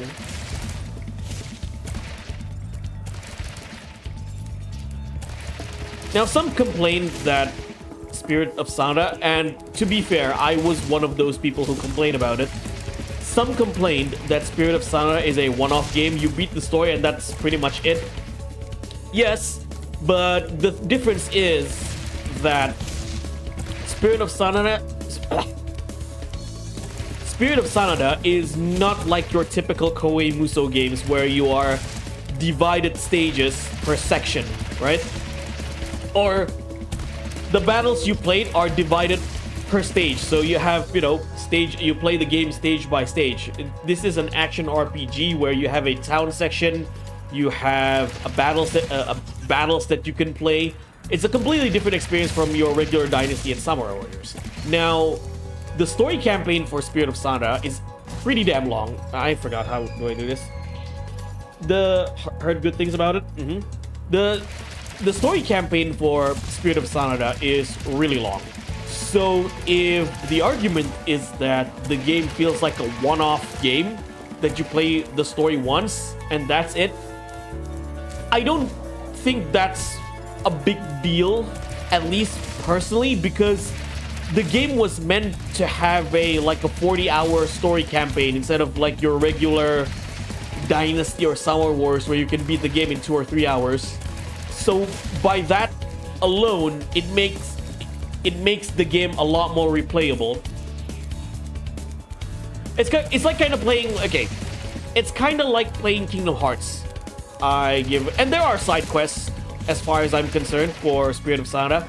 So in games like Kingdom Hearts, or if you are familiar with the Final Fantasy games, you play it for the story, and when you play the game, when you play the story campaign of the game, you encountered side quests, you encountered other things to do before you complete the actual story. You don't necessarily just go for the main stories. You usually grind your characters or usually get things from side quests and others to progress your story, so that because as the story progresses, the difficulty becomes tougher. So you need to build up your character before you eventually play the later parts of the game, right? So as you complete the story, which is a long story, you have a lot of things to do. Then by the time you're done with the game entirely, as in you're done with the story campaign, yeah, you're fulfilled. You can always come back to it, by the way. You can always start the game fresh all over again and then do everything from scratch. That's up to you. But you get what I'm saying, right? It's that, yes, Spirit of Sanada is a one-off kind of game that you play for the story once and then that's it. But it doesn't take away the fact, but it doesn't mean the game is, how do I say it? It doesn't mean the game is linear or short. It's different compared to Samurai Wars 5, for example. Samurai Wars 5 is a one-off game. You play for the story and then that's it. And for Samurai Warriors 5 case, is not a good thing because the story for Samurai Wars 5 is relatively short. You don't have a lot of things to do other than experiencing the relatively short story of Samurai Wars 5. While in Spirit of Sana, the story is long, and as you progress, to complete the story, you have a lot of things to do. Like I said, it's basically an action RPG game.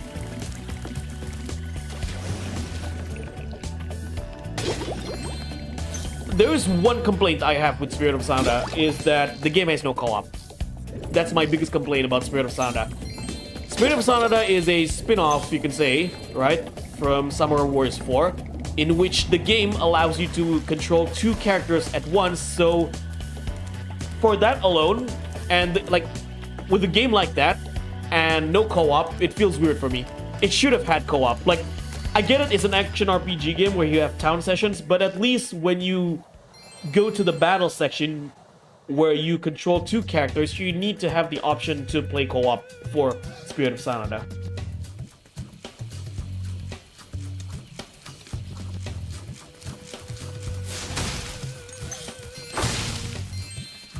Wait, there's also a guide here.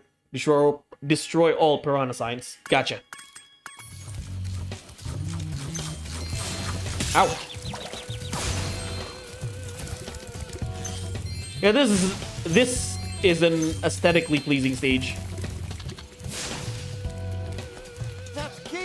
At least they can fit all the characters from Summer Wars 4-2 in it. Yeah, because Spirit of Sanada is a spin-off. I consider Spirit of Sanada as a spin-off to Summer Warriors 4. So it's not like a game they made from scratch. No Joe Moxus. Hello, Master Gauls. Welcome. Yeah, Joe Moxus just left. That's why he's not here.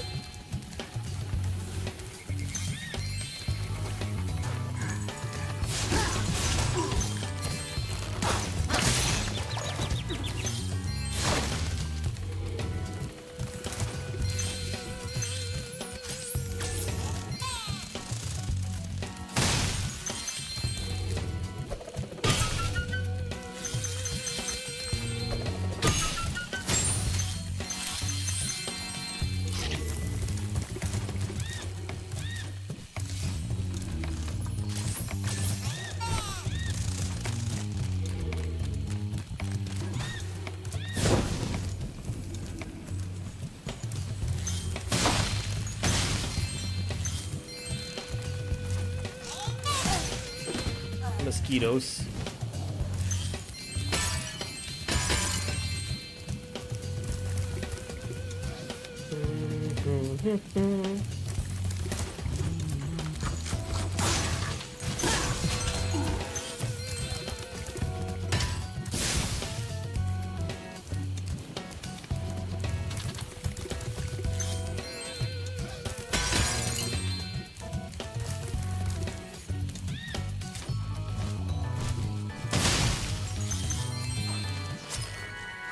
Michael. Goodbye, Michael.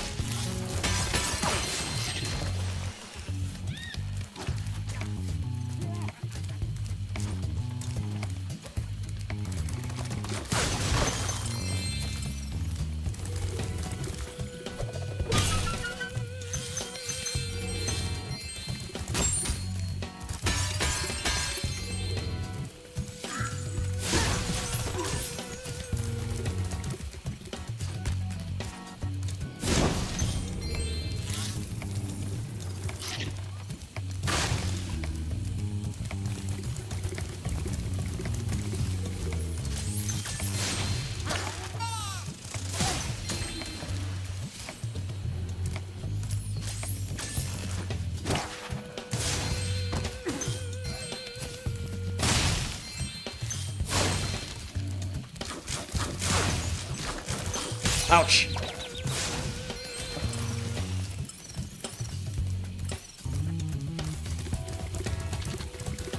This door is jammed shut.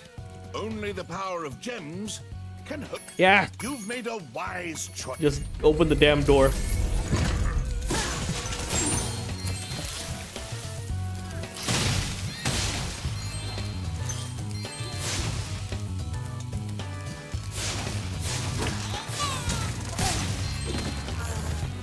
Ouch.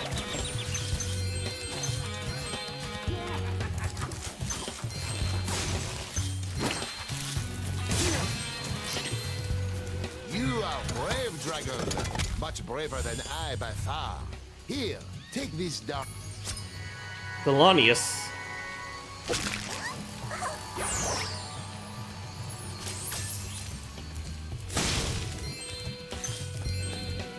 With all lamps are lit, there is a secret.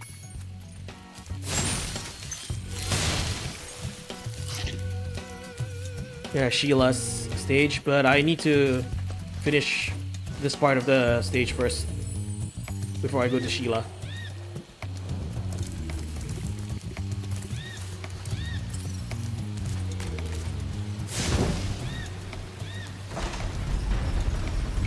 Yeah, we are going to fight a boss in that chamber. But I want to collect some gems first, so let's wait. We can wait. Sparky, find me some gems.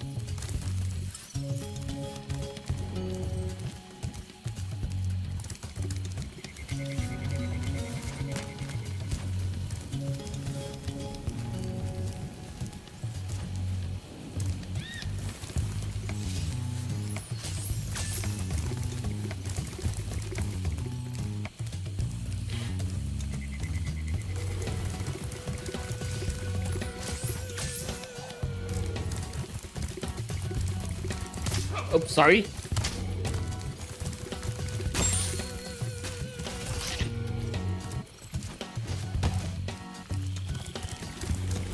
You know what? Let's fight the boss first. Then worry about other things later. Yeah, fight this wizard.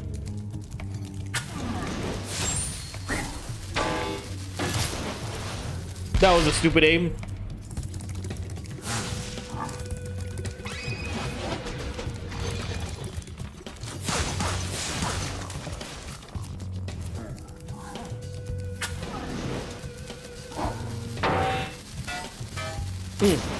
Boom.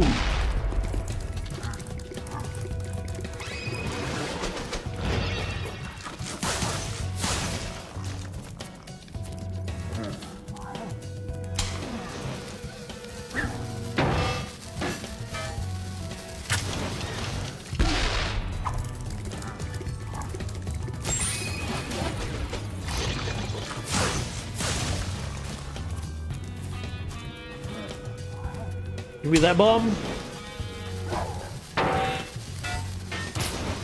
Kaboom.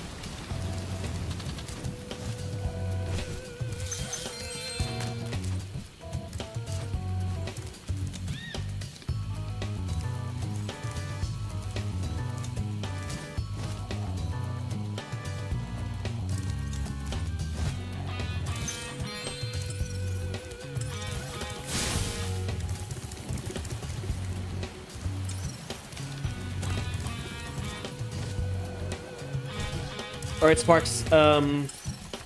Let's go to Sheila's.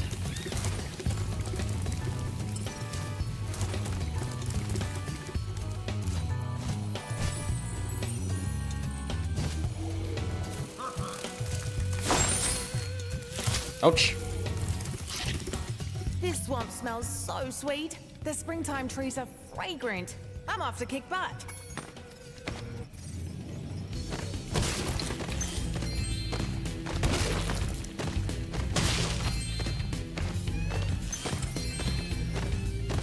I do like how Sheila is completely different compared to the Sheila in the original PS1 game. Like, she has a completely different design.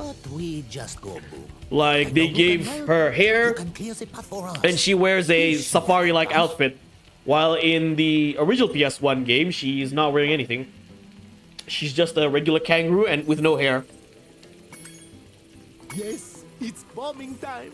Here I come, my little eggs, to free you at last. All right, let's go. This one can be really tricky.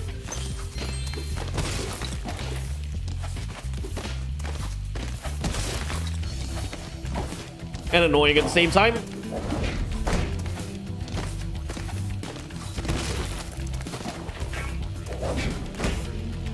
Yeah, because I don't know where he's going. Ow! I win. Yes.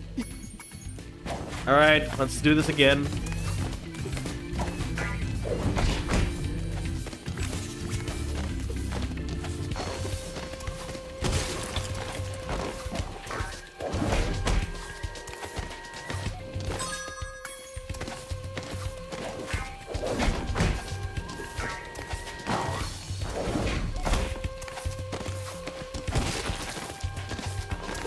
No, no, no, no! Ow! Yes, it's... Yeah, this is one of my least favorite part of the stage.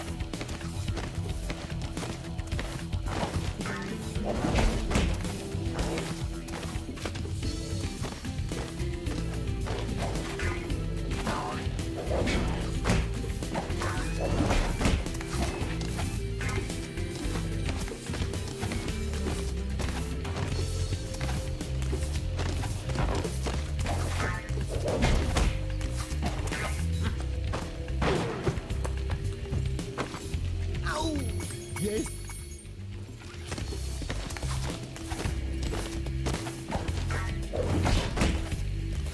This part can be really annoying. Not can be really annoying. It is annoying.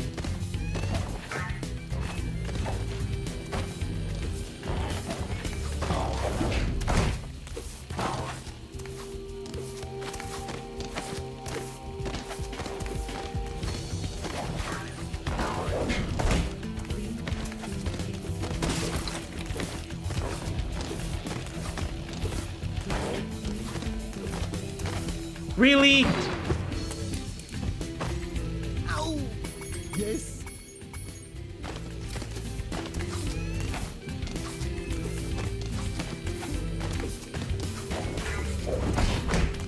Oh, this part, okay. That one didn't count.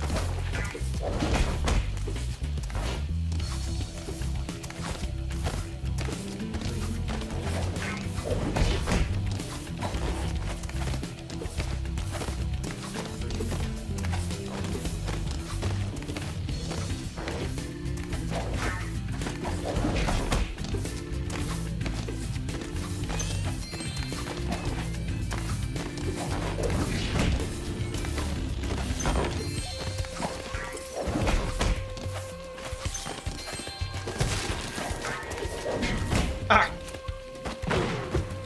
So close. Ow! Yes.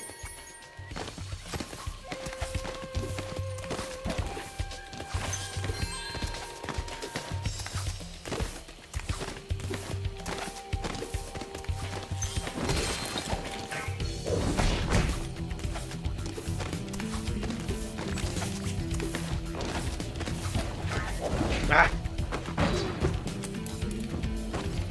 Ow! Yes.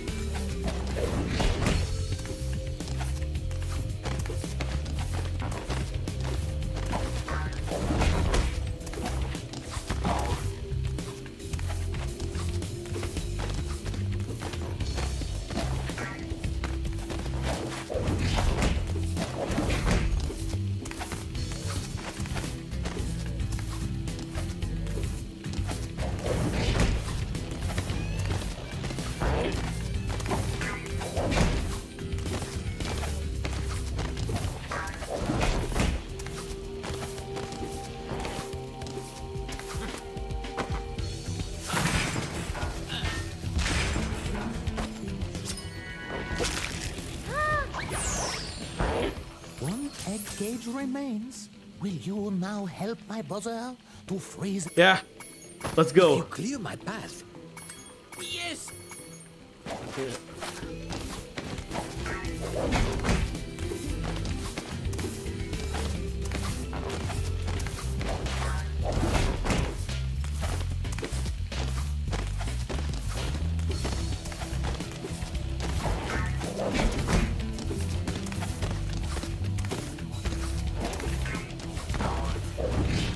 Oops.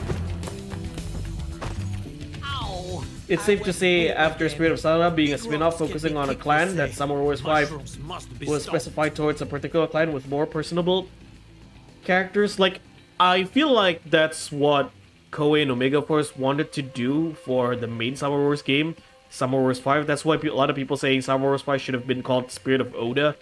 But the way they execute Summer Wars 5 was not good. What I'm saying is that they didn't pull Summer Wars 5 out of thin air with the idea. Yeah, I know. Except that, okay, Summer Wars 5 is basically Summer Wars Spirit of Oda minus the action RPG element. Yes. It plays typically like your regular Dynasty and Summer Wars games, which I want to discuss that a bit once I'm done with this mission. Because I actually planned a video, but I got sick to do it. I was not feeling well, that I haven't done it, is Summer Warriors 20th anniversary and what Koei is doing with the series so far.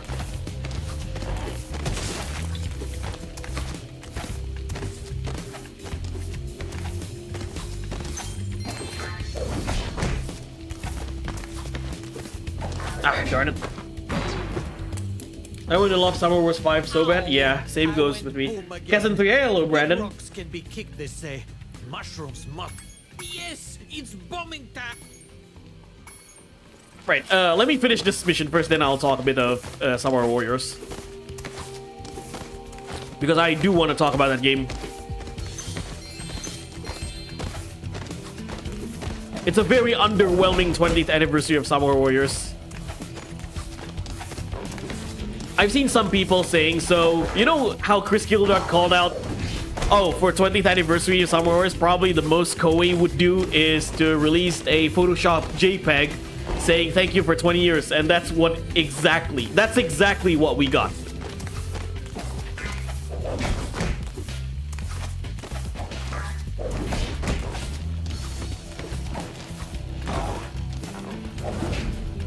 Oh, it's the short one, okay. Ow. I feel.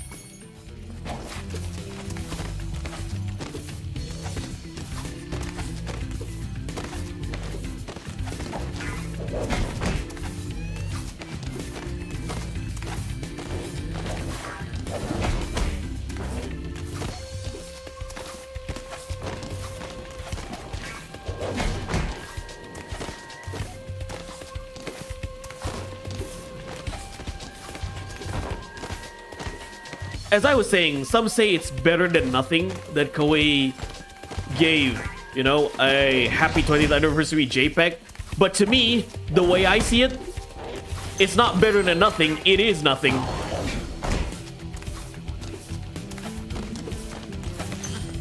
Alright, I'm done.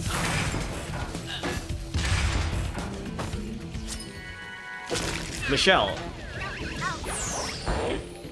The eggs are all free.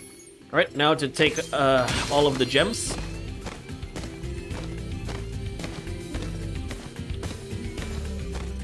Okay, so let me talk about Summer Wars 5 first, and I want to go to the toilet as well once I'm done with talking about the game.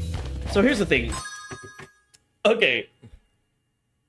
It's not necessarily about Summer Wars 5, it's about the 23rd anniversary of Summer Warriors. Like, I remember 10 years ago when it was the 10th anniversary of Samurai Warriors, and Koei... Wait, someone... Hold on. Is someone at the door?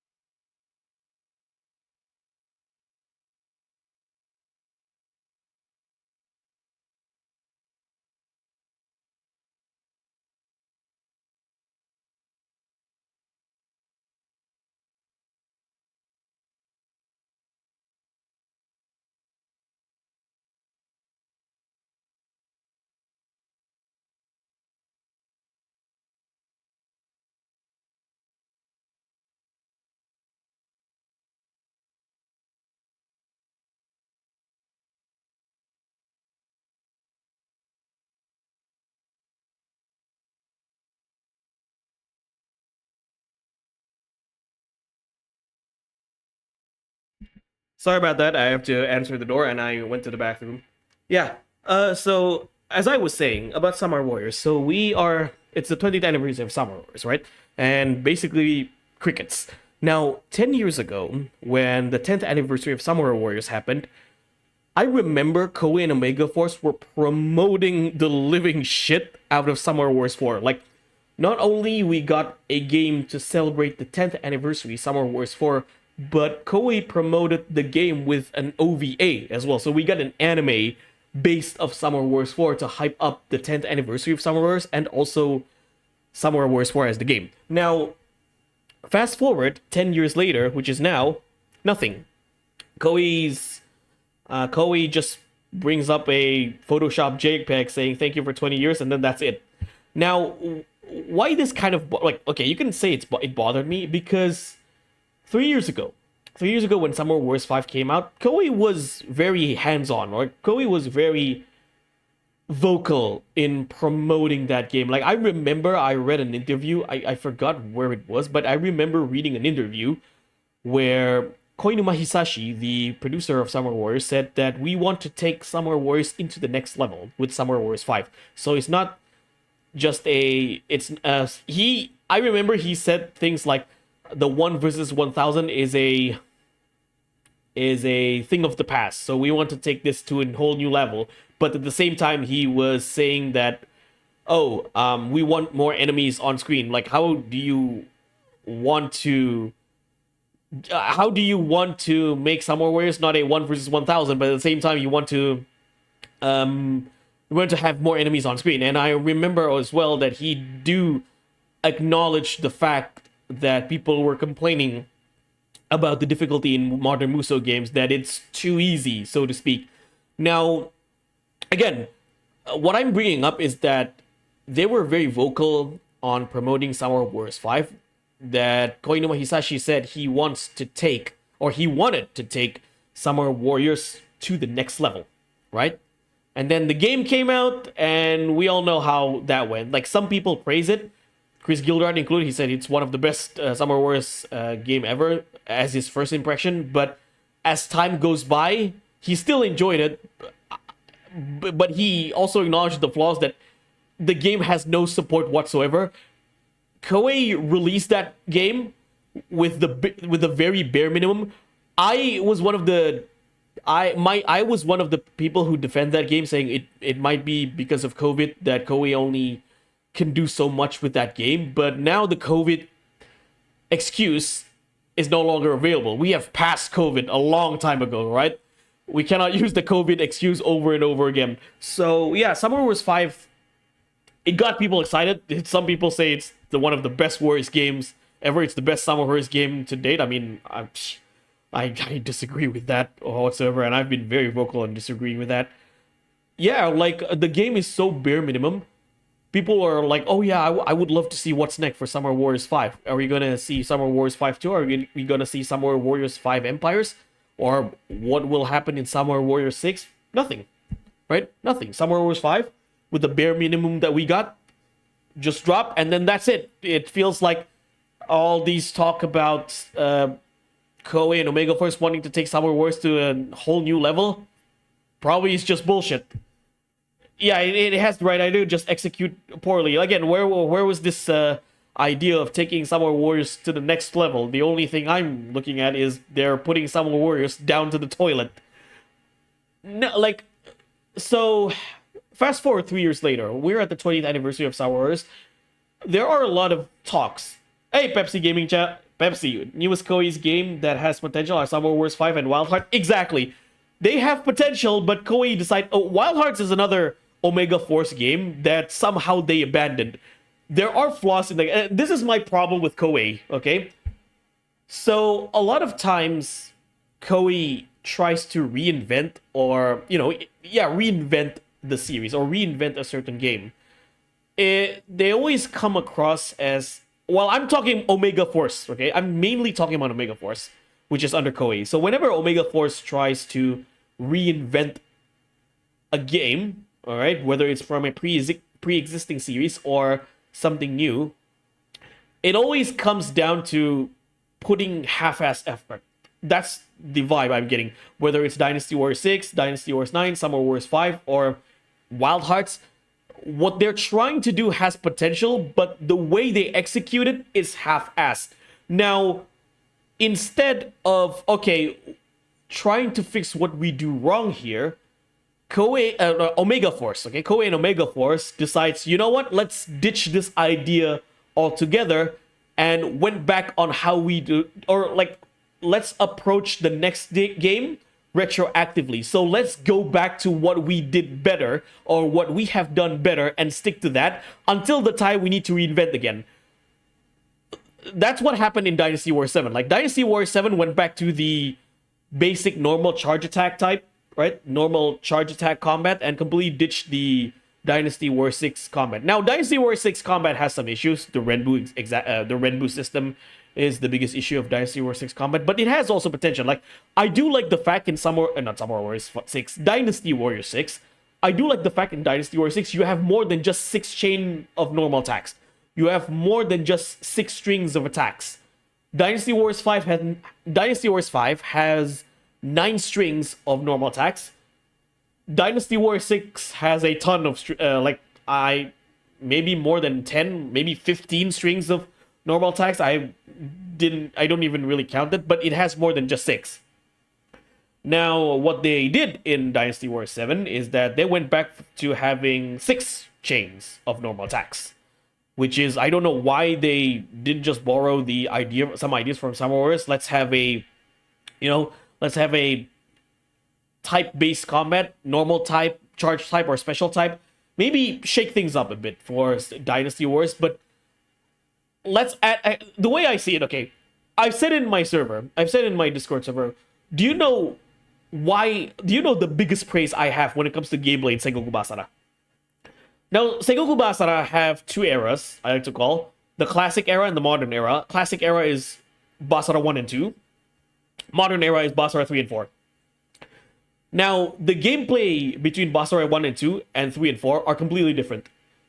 Now, this is the magic, you could say, of Basara. Sengoku Basara, in terms of gameplay, never took away anything, or barely took away anything from their previous installment. What they did is adding new stuff, give improvements, but while keeping what works in the previous game there. I give an example. Now, Sengoku Basara 1 and 2, the biggest difference between Basara 1 and 2 and Basara 3 and 4 is that in Basara 1 and 2, you can only use 2 special attacks by pressing the triangle button. So you press the triangle button. You press the triangle button to do the special attack, while you use the L1 button to switch special attacks. So you equip 2 special attacks per character in one battle, and then you replace them with L1 and execute the special attacks by triangle. In some Basara 3, they changed that. So what Basara 3 did is that you can use multiple multiple special attacks, not just 2 in battle. So you can have triangle is your first special attacks. Front triangle is your other special attacks. You can do special attacks by holding the square button. You can do special attacks by pressing the R1 button. You can do special attacks by pressing L1 and triangle. You can do special attacks by pressing R2. So basically, you have the special attacks from Basara 2 in Basara 3. The biggest difference is that not only you have new special attacks now, you can do all of the special attacks in one game without pre-equipping them before the battle. Granted, in Sengoku Basara, you still need to choose R2 special attacks, but other than R2 special attacks, you can use any special attacks in that game as you like. And not to mention you have cancel animation, so you can cancel normal attacks with special attacks, you can cancel special attacks with another special attack, so it makes for a fun combo. You can do fun combos in Sengoku Basara more so than the strict chain attacks that you have in Dynasty or Samurai Warriors. That's what I always praise in Sengoku Basara. Sure, in terms of presentation, in terms of features, certain things were taken away from previous games, but I'm talking mainly about the gameplay. Gameplay-wise, Sengoku Basara always add new things, always innovate how to do the always innovate the combat mechanics while keeping what works in the previous game. The irony is that Sengoku Basara, although it keeps most of the stuff that were in previous games, as the series progressed, it has more improvement. How do I say it? It feels more fresh, it feels more refined, and it doesn't feel as repetitive as Dynasty or Summer Warriors. Now, most times people complain about Dynasty or Summer Warriors being a samey game, being quite repetitive or a samey game as the series progressed.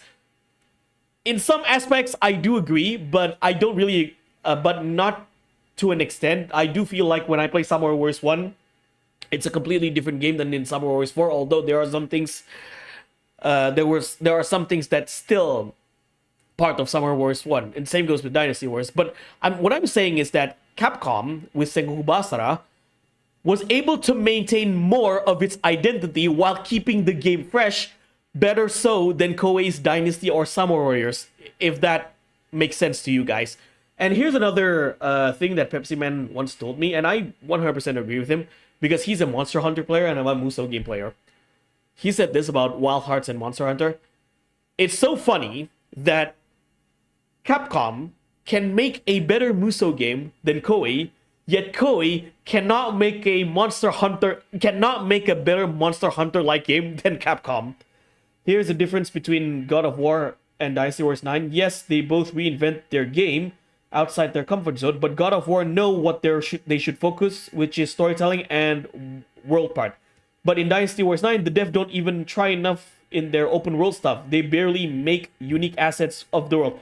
That's another thing as well. That's a good point as well, Pepsi Man, is that if you want to reinvent something, then you know what you're trying to reinvent, or what you are trying to what is your goal, or like what is the main focus that you are reinventing.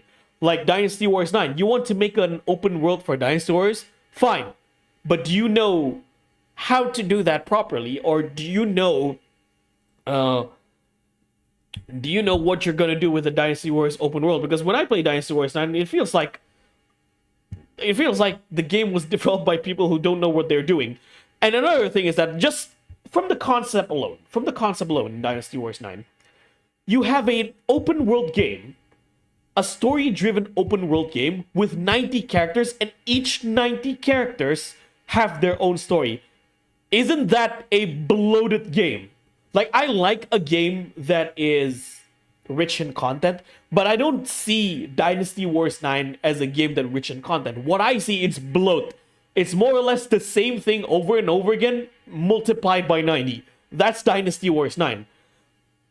So that's like, just from the game concept alone, you're making an open world game with 90 characters, each with their own individual story. Like Dynasty Wars 9, rest in peace. Yeah, I know. I'm just using that as an example. It is dead. I'm just using that as an example why Koei, or like why Omega Force always struggle to innovate compared to other companies like Capcom or maybe PlayStation.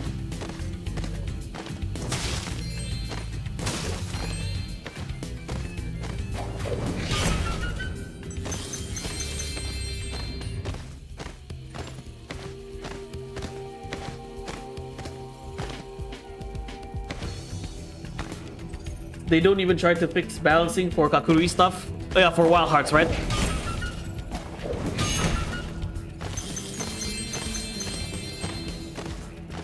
Oh yeah, I don't know if any of you have tried the Capcom online votes, where they ask you what games would you like to see a sequel. I mean, I already gave my answer, Sengoku Basara all the way. And there's one thing I found rather interesting, to say the least, about Capcom, is that I've noticed a lot of Capcom's online posts. They how do I say it?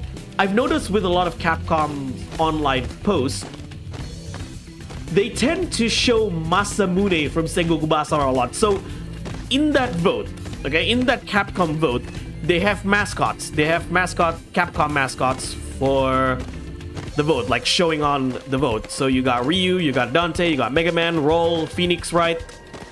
Every of the iconic Capcom mascot. And another mascot they showed is Masamune from Segu Basara. I just find it rather bizarre and eerie at the same time.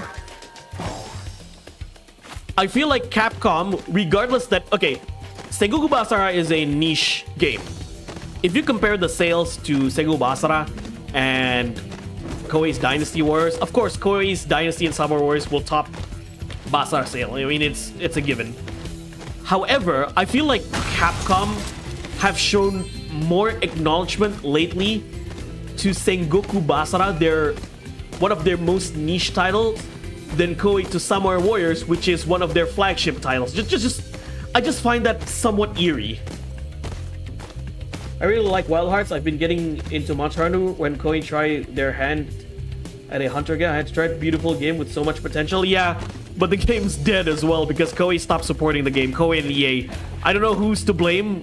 At the end of the day, Wild Hearts is kind of dead because there's no more support towards the game, which is unfortunate because, like Pepsi Man said, Wild Hearts looks like it's something that has a huge potential, but it died because of the lack of support.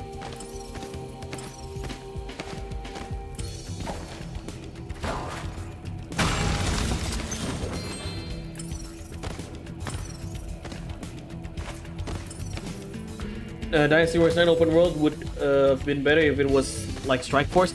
I mean, Spirit of Sanada has a semi-open world, and Omega Force did well with that.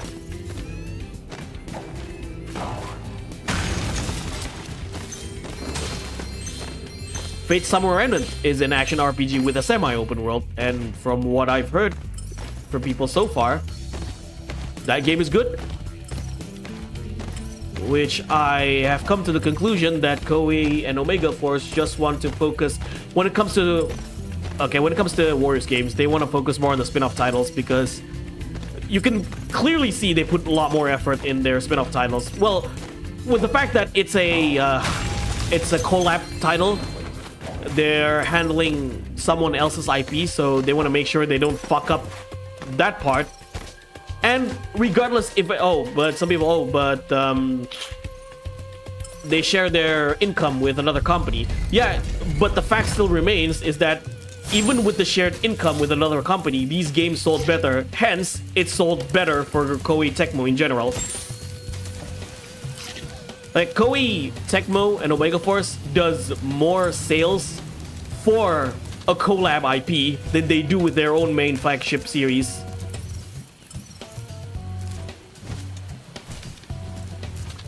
And honestly, like I said, if that's the focus on Omega Force and Koei Tecmo to make more spin-off or anime-based Muso games, by all means, who am I to say no?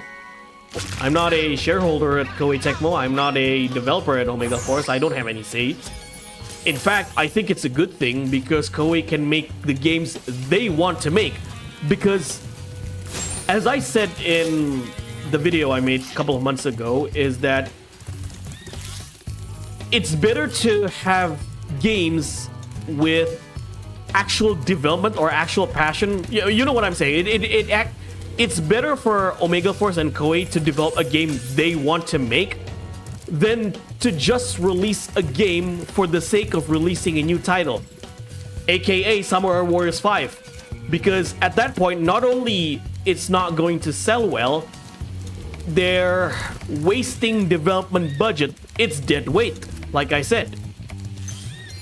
It's not a good, like, from a business standpoint, you're just wasting money.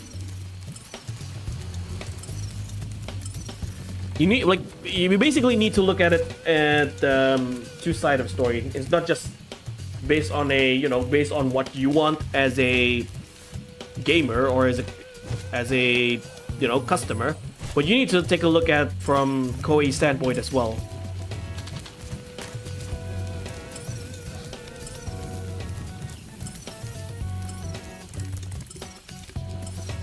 Like when I heard well, at least now, considering we're not getting anything for Summer Warriors for the 20th anniversary, Or maybe we could, I don't know, only time will tell. But when I read the interview, Koinuma saying, oh yeah, we're gonna take Summer Wars to the next level, yada yada yada yada. Yeah, I just think it's PR bullshit at this point. It's unfortunate, but it is what it is. I don't know what is even keeping EA alive at this point. Definitely EA, but Koei doesn't help that matter. EA is just a publisher of Wild Hearts. I mean, okay. They put more effort in spin-off than main title. I mean, they have made the same game 9 and 5 times, or 8 and 5 times. Uh-huh.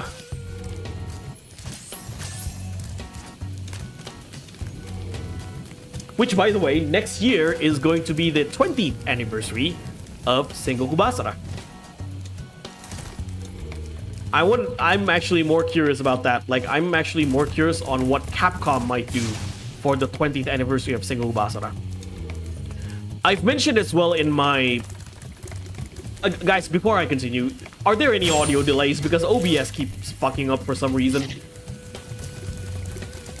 I mentioned in my Sengoku Basara retrospective video, yes, Sengoku Basara in terms of, like, sales is not a competition for... It's not a competition with Dynasty Wars or Samurai Warriors. Yes, Sengoku Basara is mainly a Japanese domestic product, but it has a growing fan base in Asia. And not to mention, Sengoku Basara is a lot more successful when it comes to being a multimedia franchise. Like, Sengoku Basara is not just video games. It has manga, it has anime, it has stage productions. How many anime that we got from Koei Tecmo, or how many anime that we have got for Dynasty Warriors? We have one Samurai Warriors anime and it didn't turn out well. Unlike Sengoku Basara anime, it turned out pretty damn well, thanks to Production IG. In fact, most people in the West I know Sengoku Basara as an anime more so than a video game.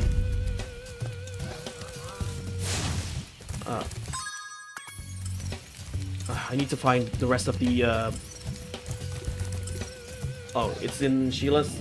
Figurines, yeah, exactly, figurines. Off topic, would you ever play the Y series? I haven't actually played any Y games. Or Wise games. How do you pronounce that? Wise?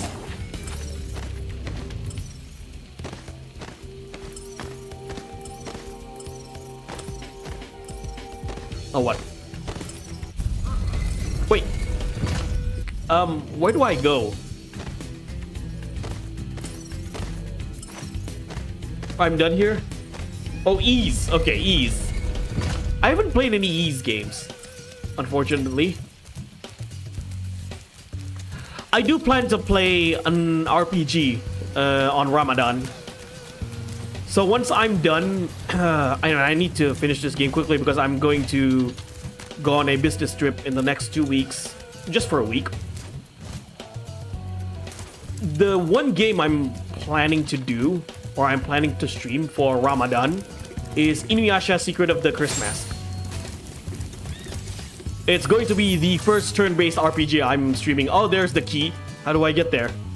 It's going to be the first... Wait, hold on, message. It's going to be the first turn-based RPG that I'm going to play on this channel.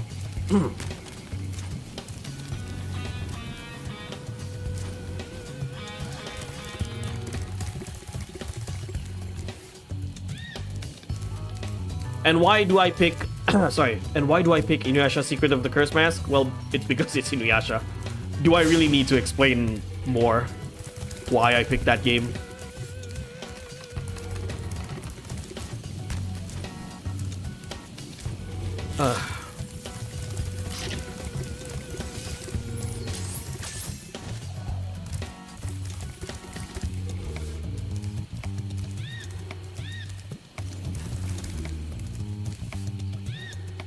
I play it just for the music. The first two have run and bump mechanics. The original 4 still has it. Original 3 was like Zelda 2. 5 is like Secret of Mana. After I finish the... Oh, damn it. After I finish the PSP Yakuza games, I'll either play Persona 2 Duology or Kingdom Hearts.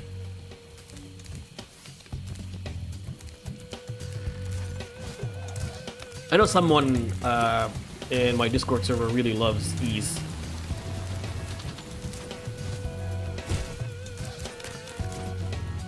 I wasn't like I'm not too big with turn-based RPG back in the day. I mostly play action games. Even Final Fantasy VII. I didn't grow up with Final Fantasy VII.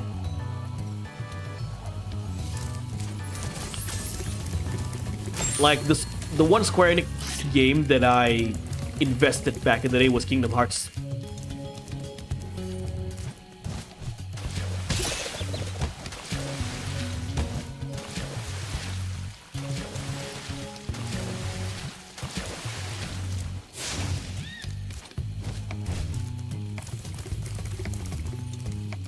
Open up.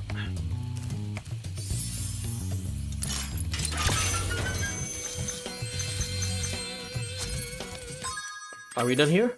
Yep, we're done here. Time to leave the stage.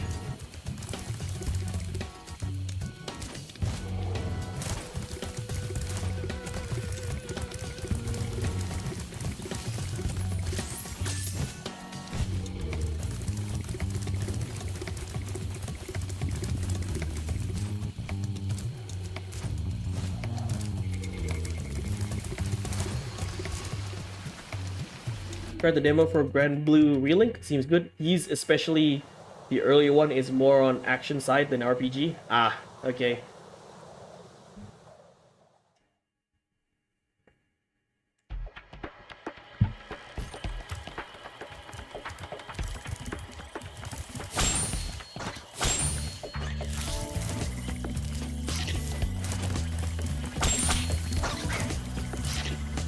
Hi, Spyro. Yeah, I know. Let's do this.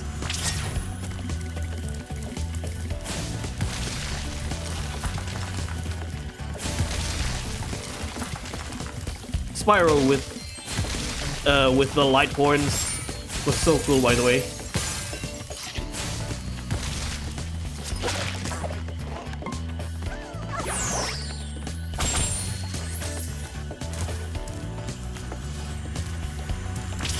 There's something I need to get down here.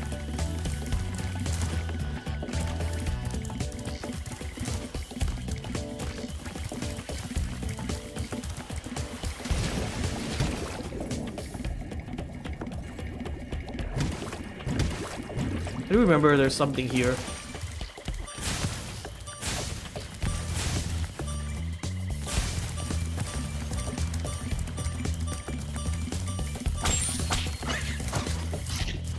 Also picked up Valkyria Elysium because I enjoyed the demo. Nice.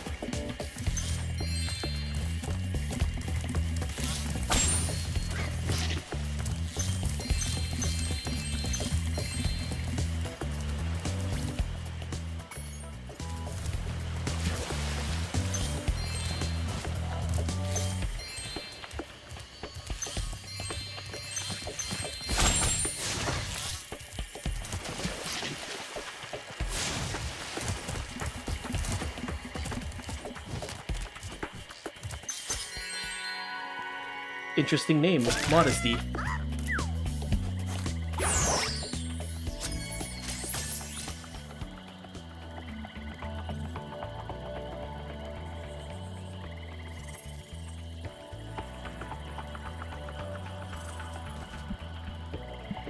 Sorry about that.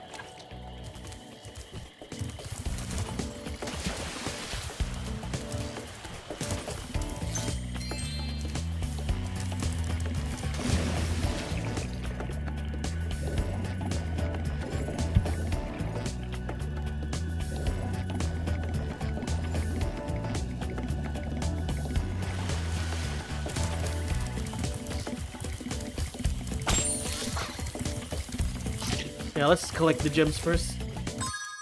for this stage. Or for this overworld.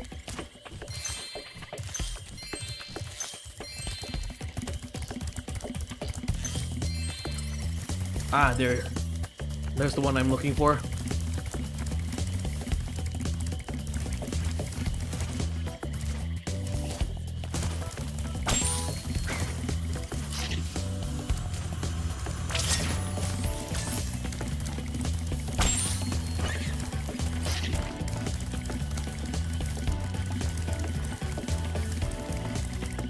Ow. Right. All the gems collected? Have I collected all the eggs? Yeah, there's 1%.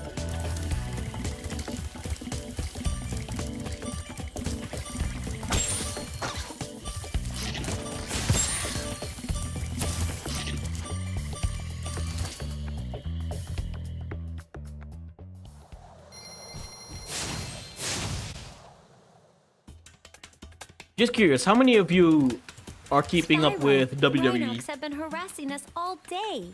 The workers haven't been able to harvest the bamboo needed for the whirligig to take you to Evening Lake.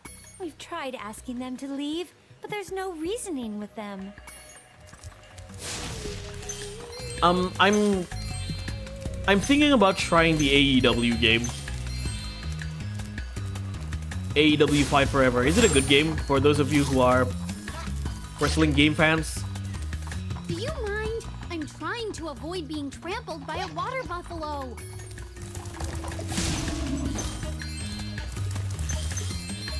Like from the gameplay I saw on AEW Fight Forever, it does remind me a lot of WWF No Mercy. I heard it's not that good. Visual wise, yeah, I don't like the visuals in AEW for Fight Forever. It's a bit too weird.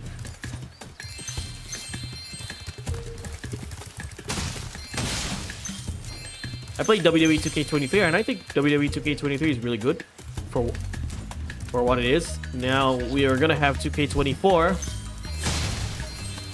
coming soon. The 40 years of WrestleMania, and they announced 21 matches for like 21 showcase matches. Wow, 40 years of WrestleMania and only 21 matches? Jeez. You have less matches in the game than you have WrestleManias.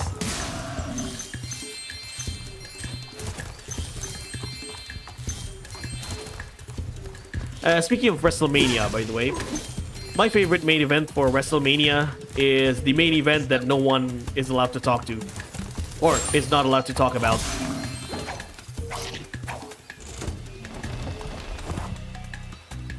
You know what it is? It's WrestleMania 20's main event.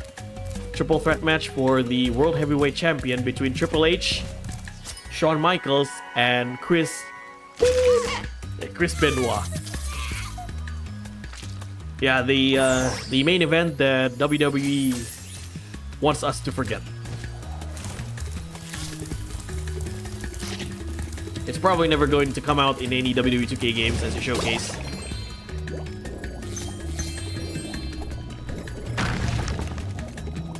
But I can always recreate that main event on WWE 2K14 or maybe 2K24 when it comes out, using a created character of Chris Benoit.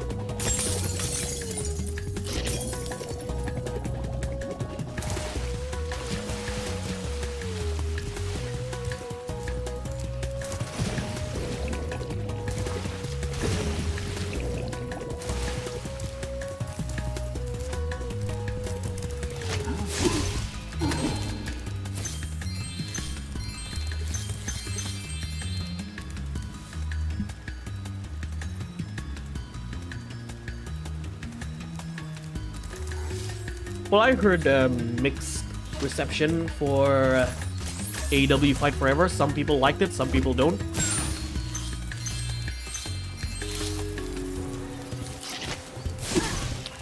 A lot of people who liked it, it's because the game reminded them of WWF No Mercy.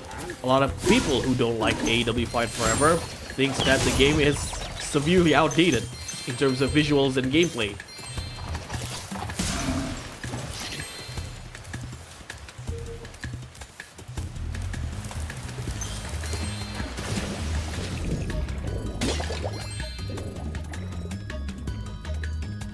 Not to mention that game is a PS4, PS5 game.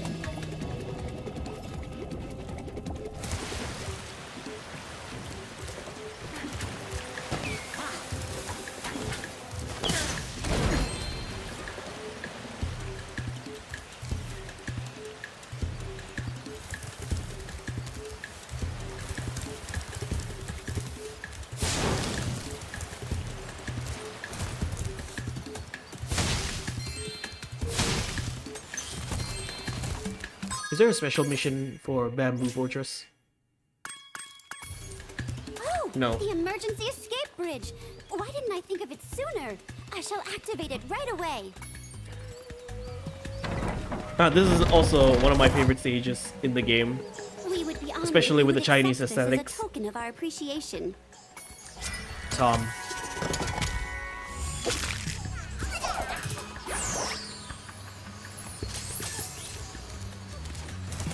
Yeah, we need to unlock Bentley. I do think that's his name. I always forgot his name.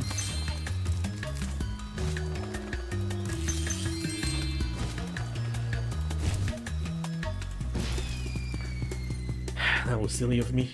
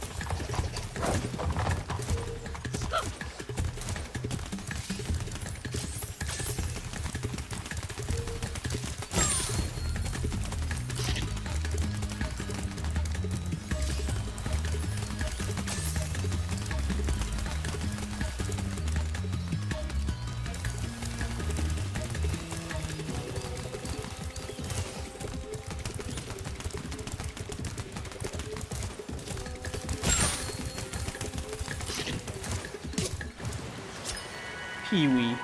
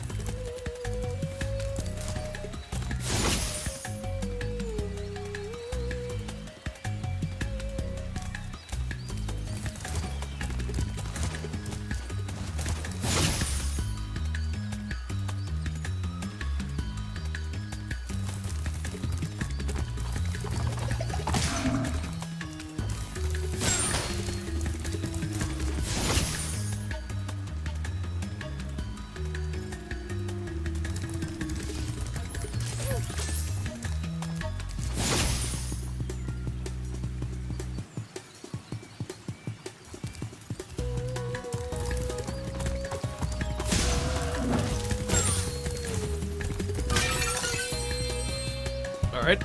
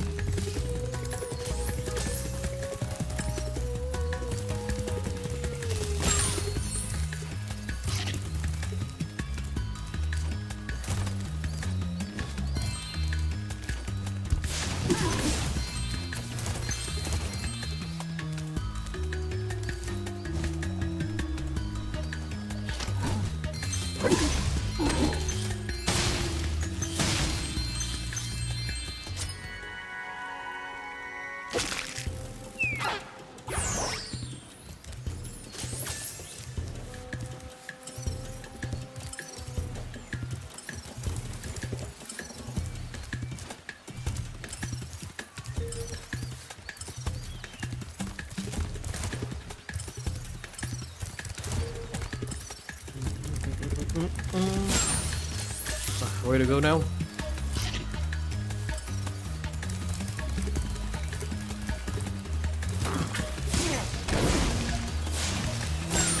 I think there's a special section in this game that I can enter as Spyro.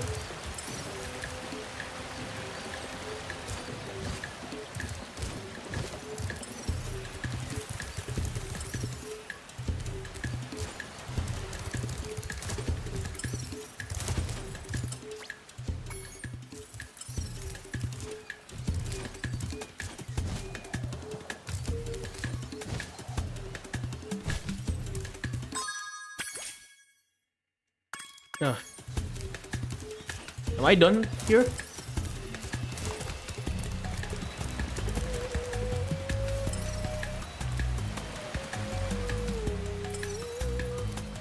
Yeah, I think I'm done here. The rest of the stage I need to unlock Bentley.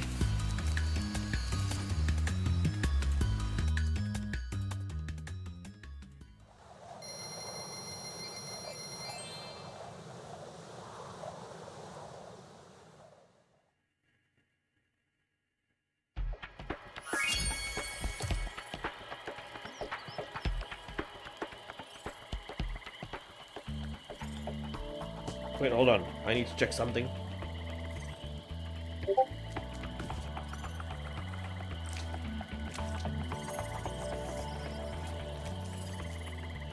Yeah, I knew there's one missing.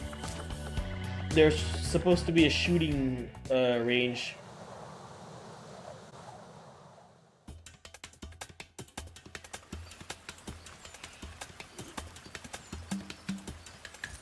Thank you, Yeah, I missed one egg. A Spyro. It's here. Yeah, there you go.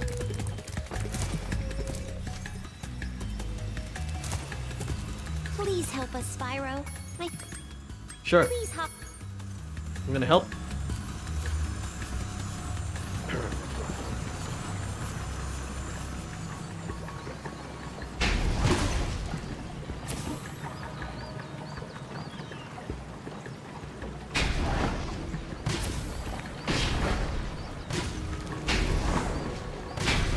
Feels like I'm playing Time Crisis right now. Ah, what a game, Time Crisis.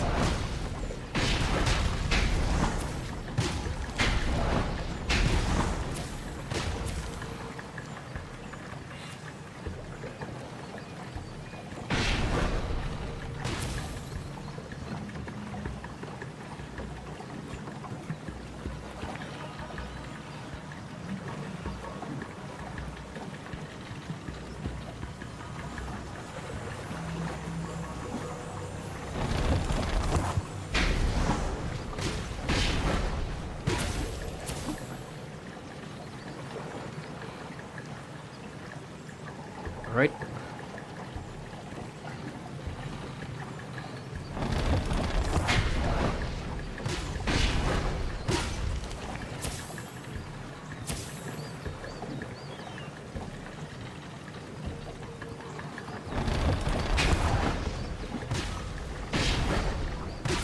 Please take the shiny egg. It will. That wasn't so hard.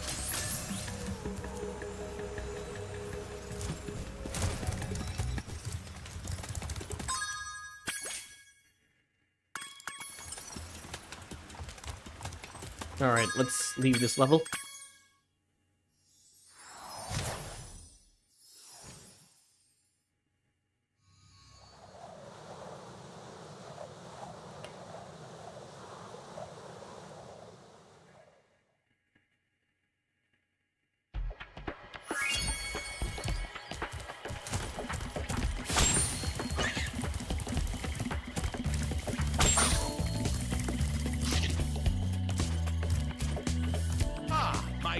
friend Spyro. Ha ha! What a... Yeah. Get him off.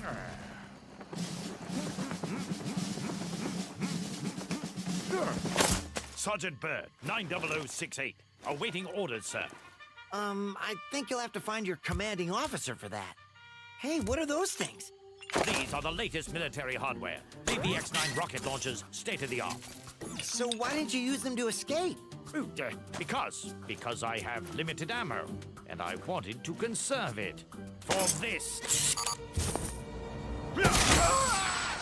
Say, where'd you come from? I thought dragons had all been dead for 1,000 years or something. Well, the rumors of our extinction were slightly exaggerated. We just wanted a little peace and quiet. Well, if it's peace and quiet you want, you should stay clear of my homeworld for a bit. I reckon I'll be blowing up Rhinox for weeks. Cheerio!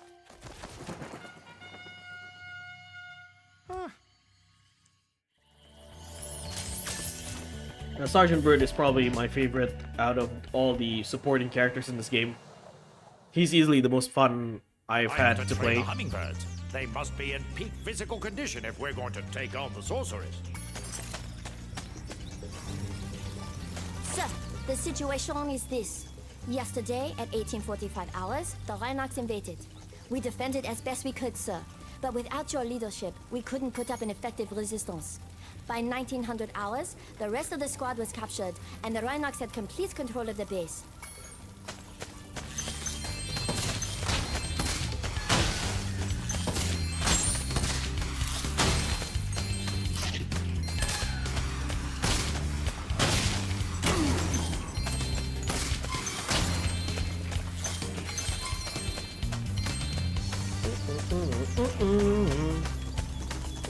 Thank you, sir.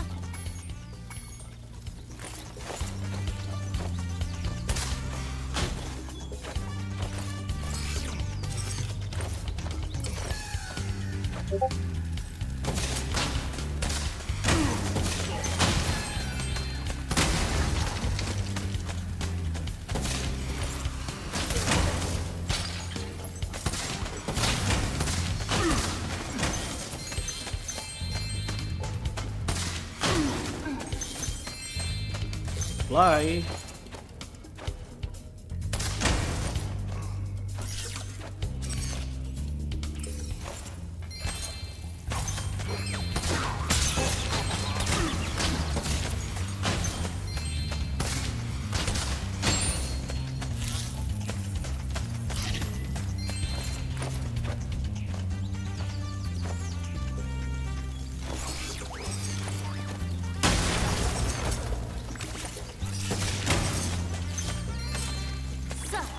Capture the enemy rations. They won't march far on empty stomachs. Wait, who is asking me for a Steam invite? Hold on. Sir, the Rhinox have blocked the way out of this next it's cave Ali. with a security door. And I don't think you'll be able to blast your way through this one.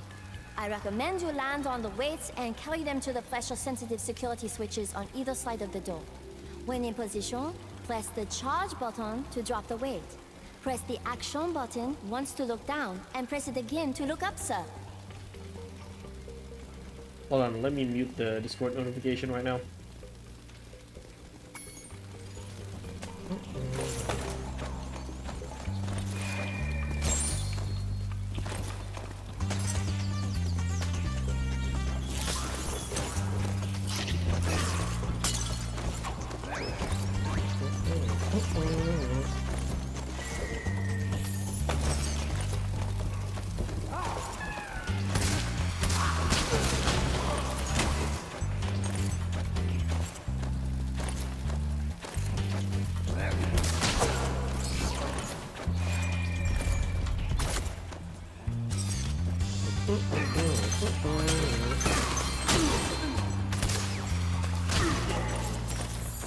But Sergeant Bird is such a good character to play as.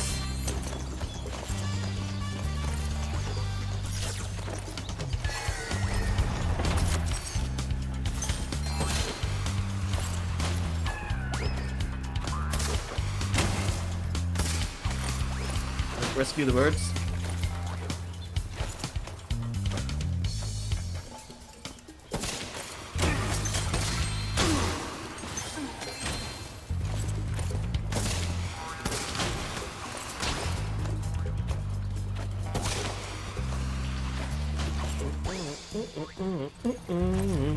Request permission to cheer, sir.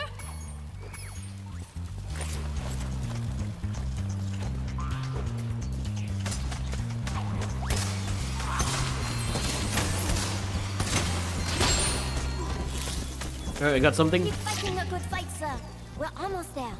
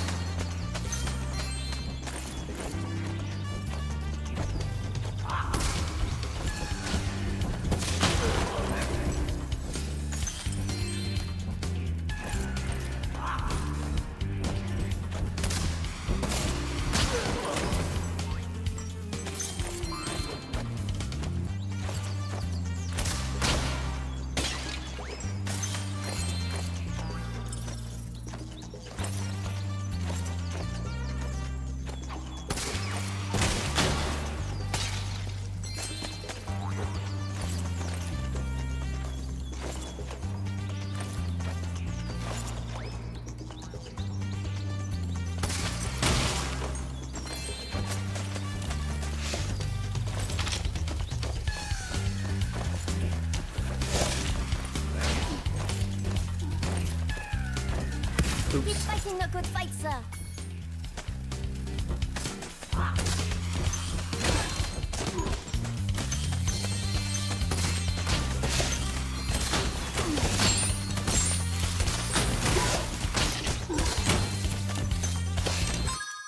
Oops.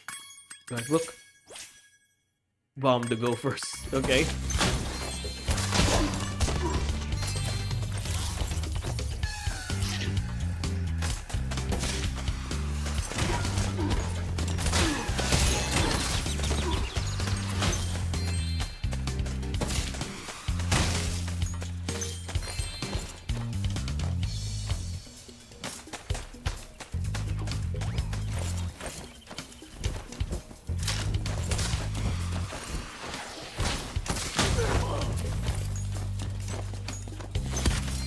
Mission accomplished.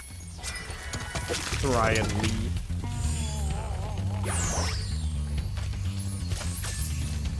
Not done.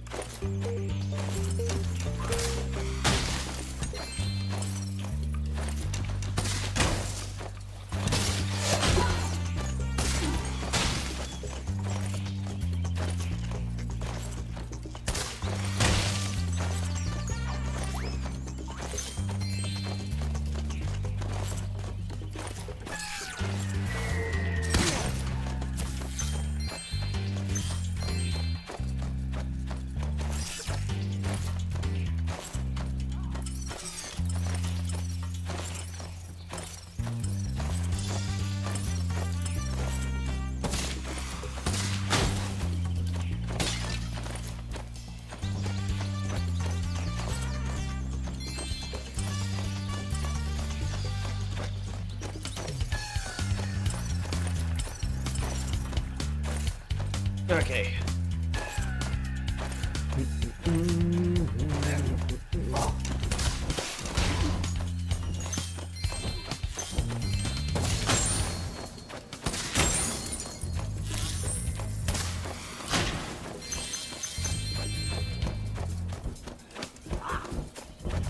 Ouch. Ow, ow, ow, ow, ow. Oh, I wasn't careful there.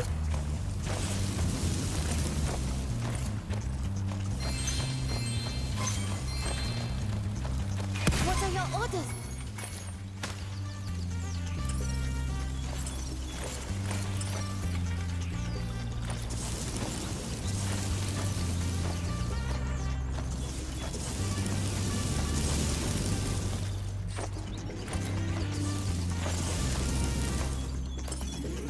Okay, how do I get inside?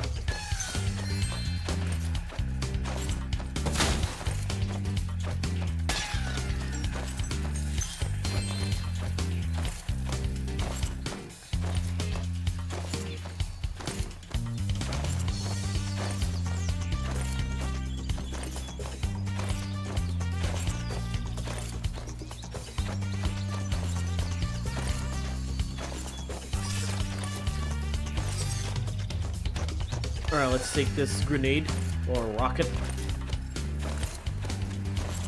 to the beginning of the stage.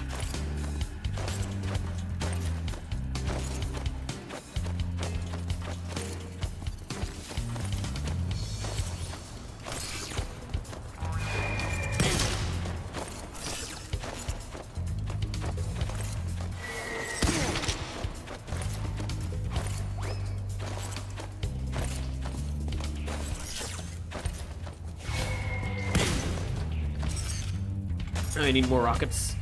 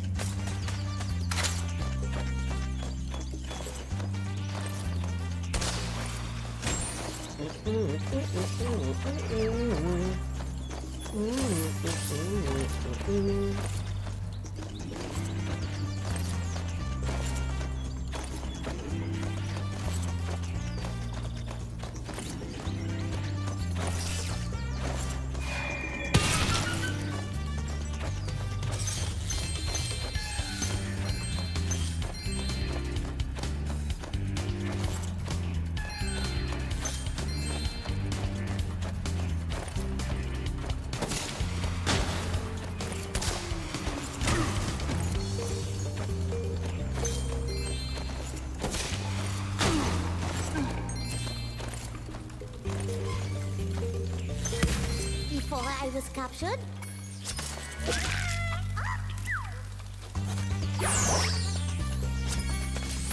ready to...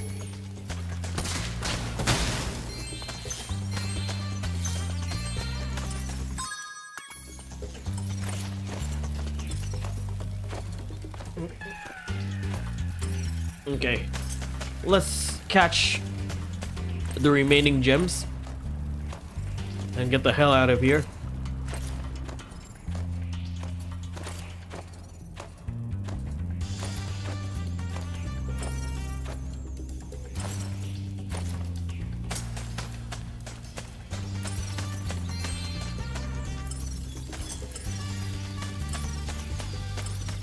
Oh, okay, it's out there.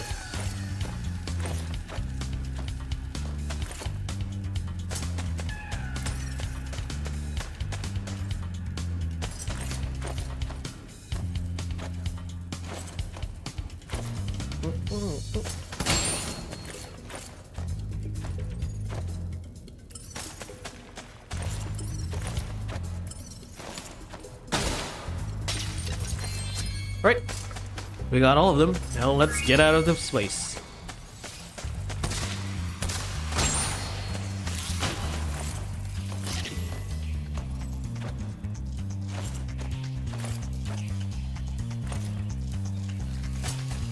Right, we're out of here.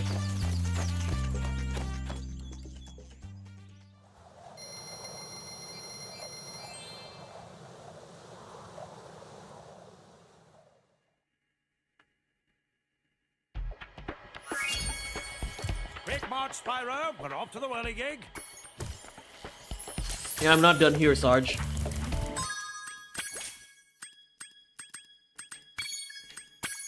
Let's go back to Enchanted Fortress. Sorry, Enchanted Towers.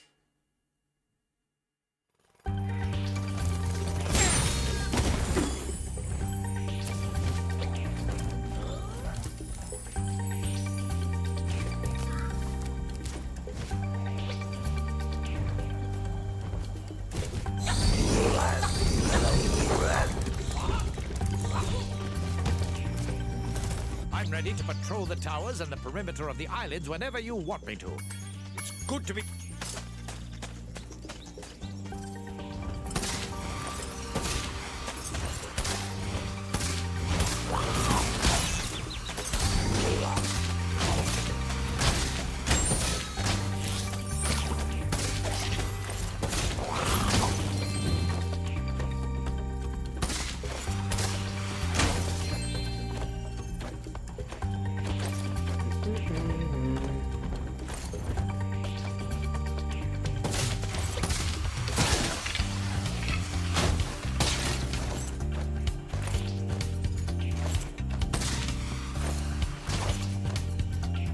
Let's do some cleanup here.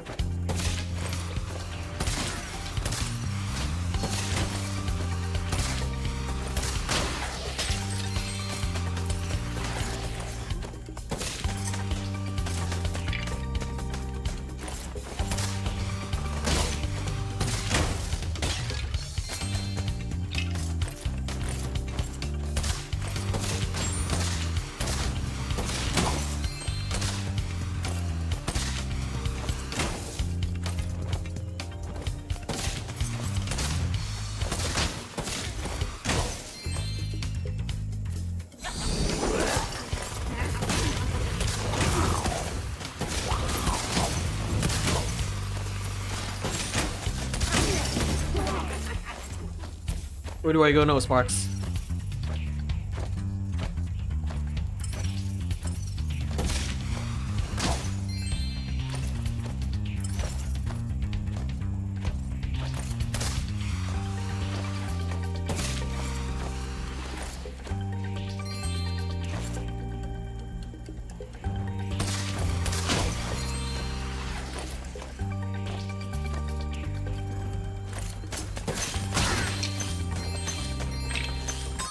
How many eggs? Okay, the last egg is collecting all the skeletons.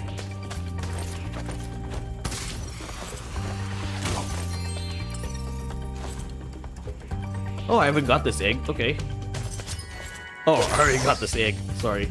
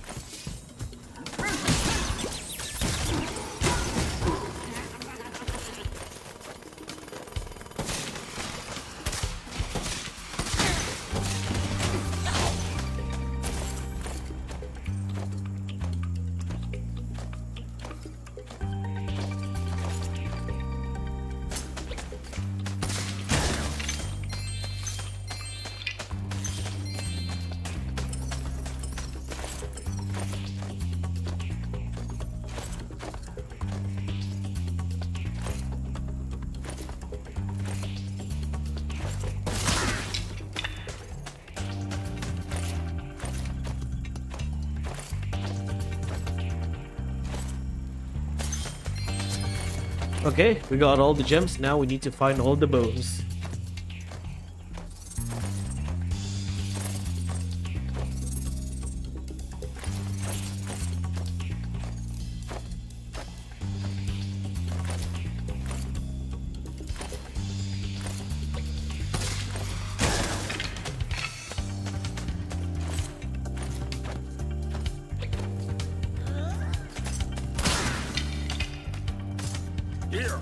this. I was going to keep it as a souvenir, but I don't have room in my luggage.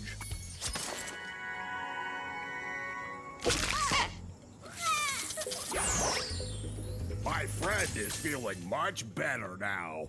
Oh no, he started his bone dance again.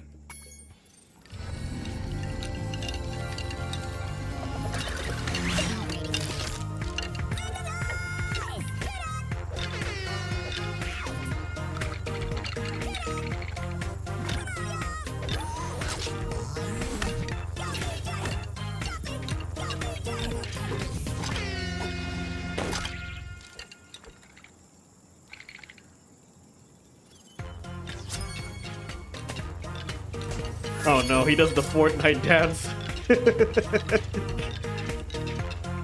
Can I blast this guy?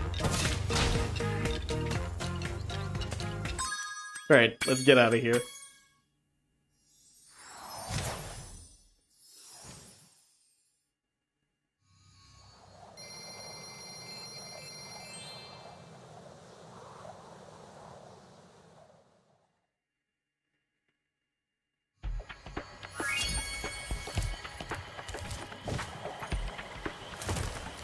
Let's do the speedway. Let's do the speedway stage before we go to the boss.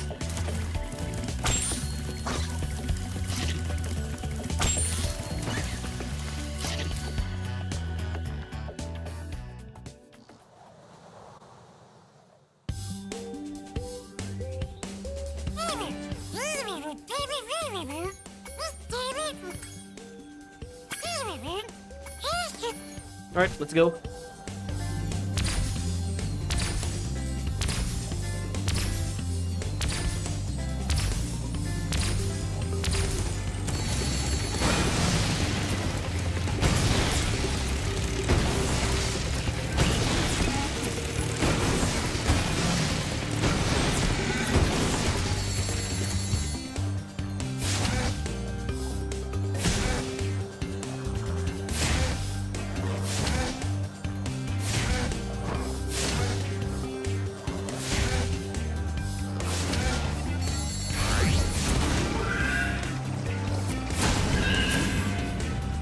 Alright, we can do this.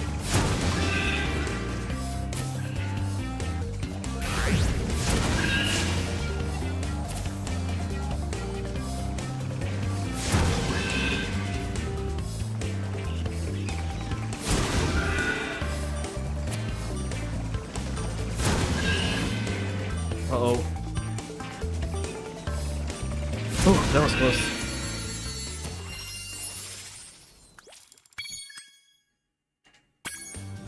Oh wait, no.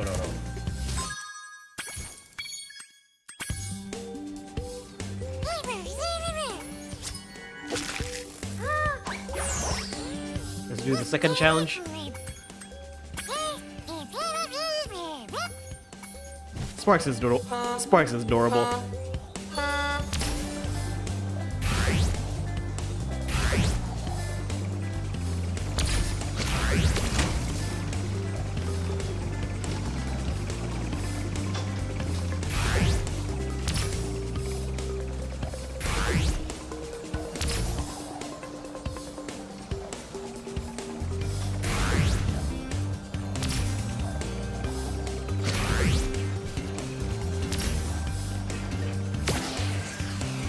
I missed.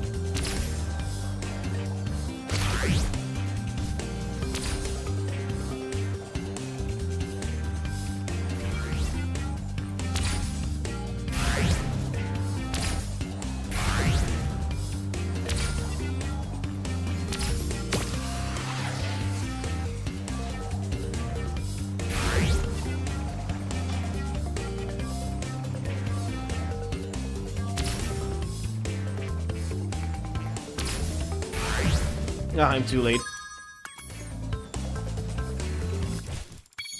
Alright, let's do this again.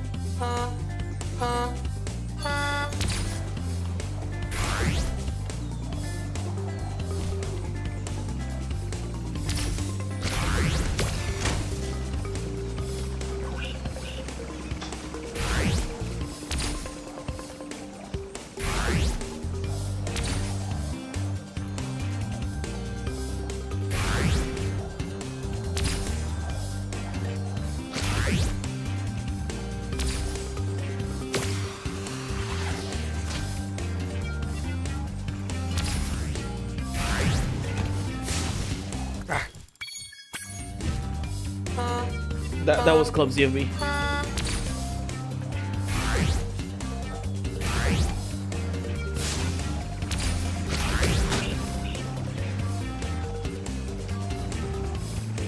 This music is dope though.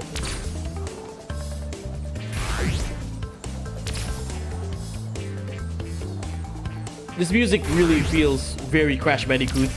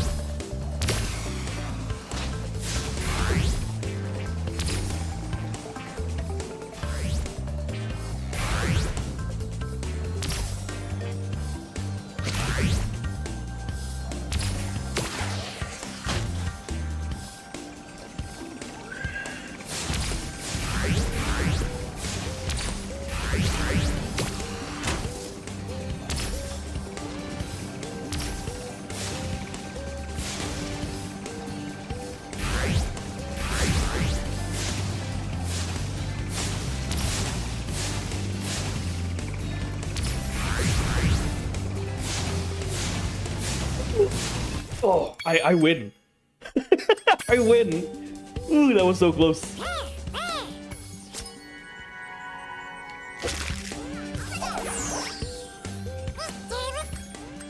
All right, now let's find Hunter.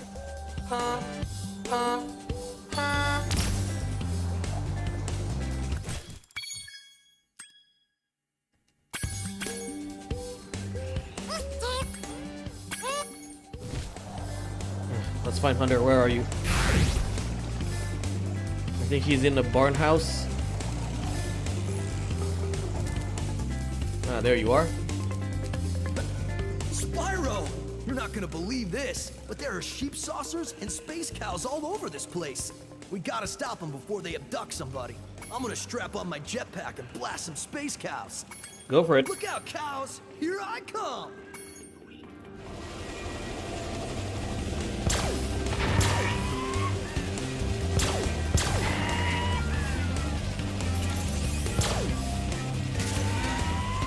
This is a weird stage, but funny.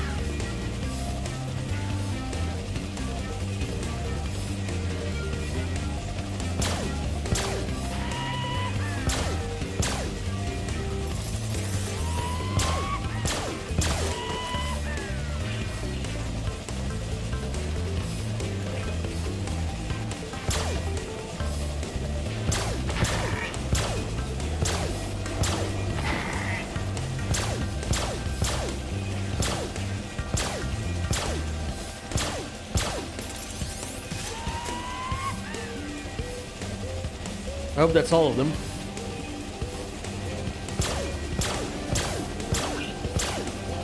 Oh, that was close.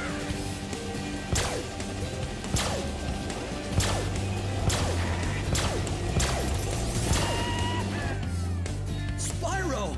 You're not gonna believe I'm gonna strap. Look out! Yeah, I missed one. Man, this aiming kind of suck.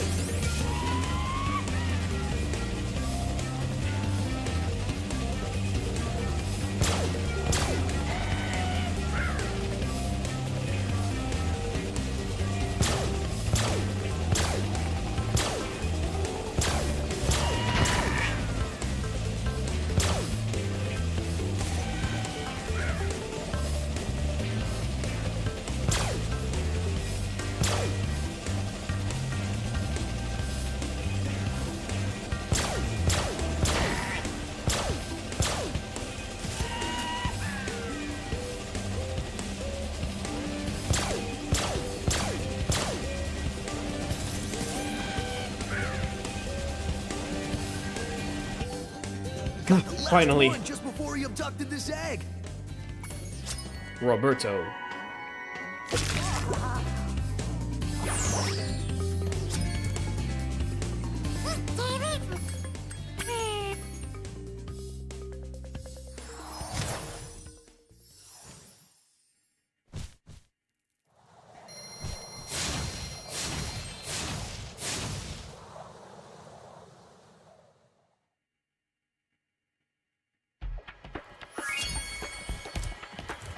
Alright, let's see.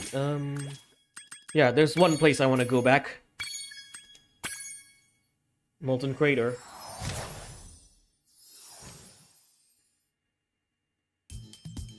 Be right back.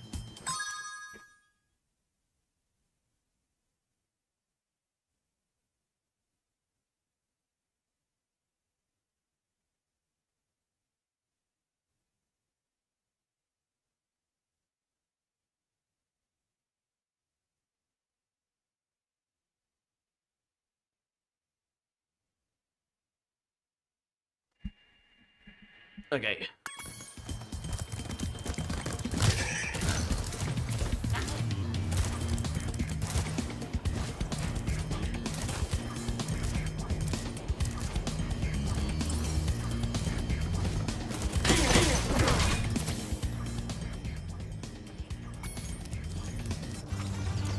I'm playing a game of hide and seek with. There's also a secret objective.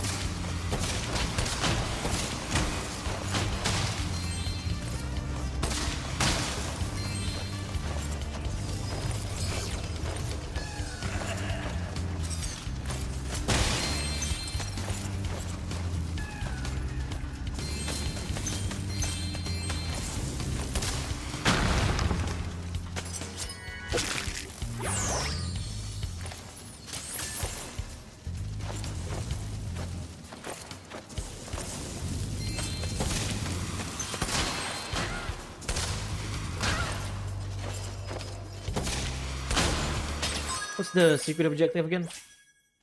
Assemble tiki heads.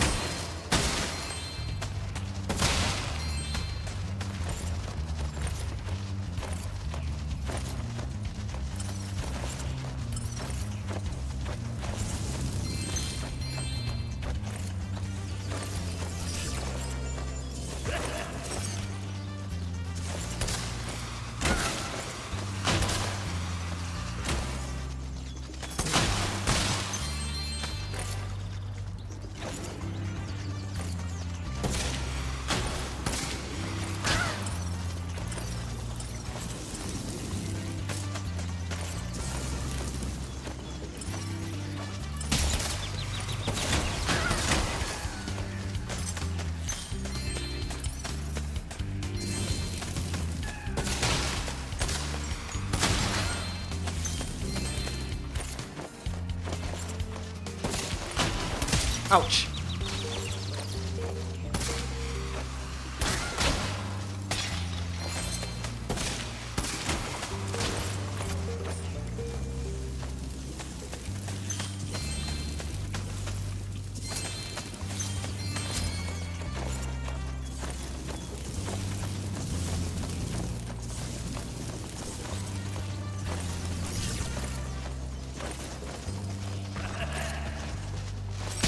Ouch.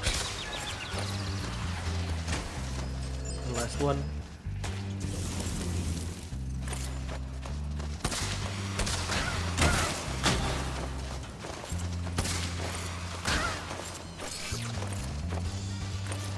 I'm an idiot.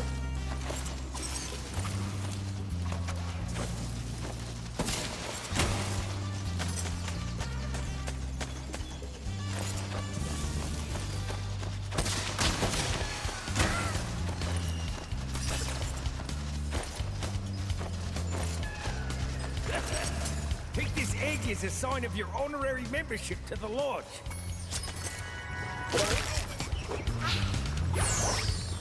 Well, that's never happened before. Wait, hold on. Assemble tiki heads.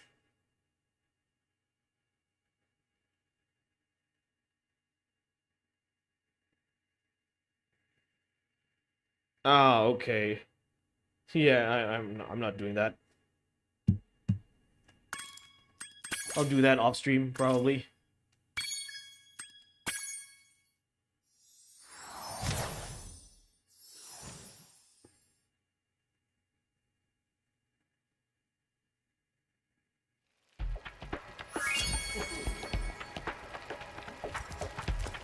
Alright, time to fight the boss.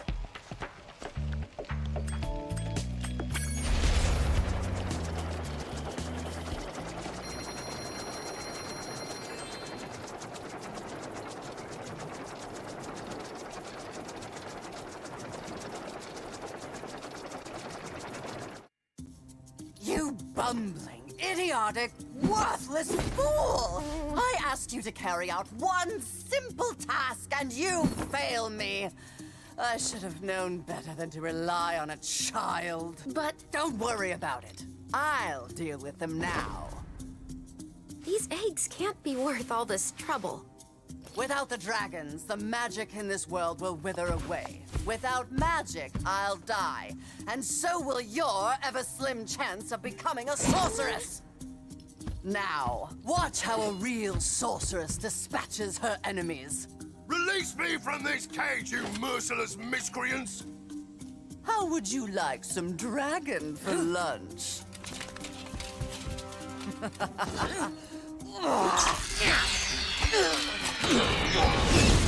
Why, if I had my club, you'd all be in for...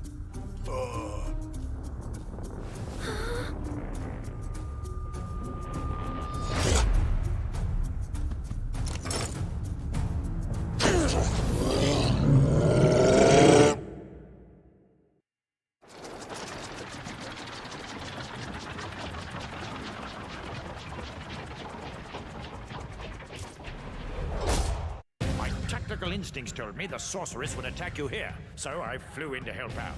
It seems my rocket launchers don't affect this creature, but I can assist you by dropping ammunition. Now get in there and fight the good fight. All right.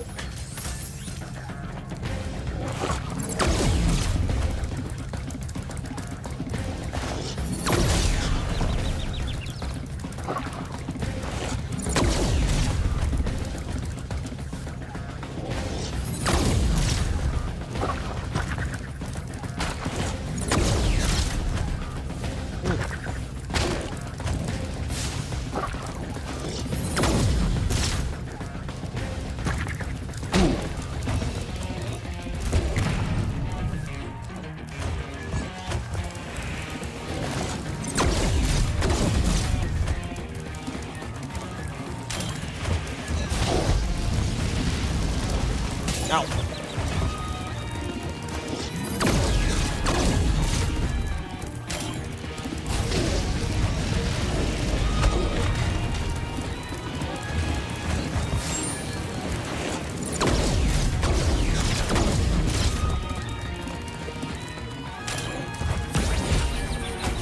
That was close to the enemy.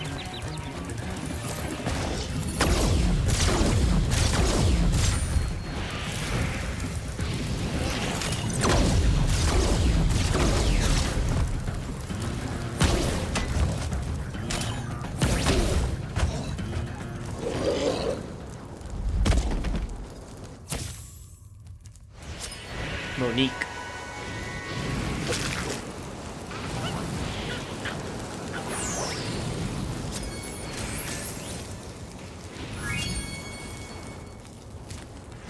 Well, to be fair, that wasn't so tough.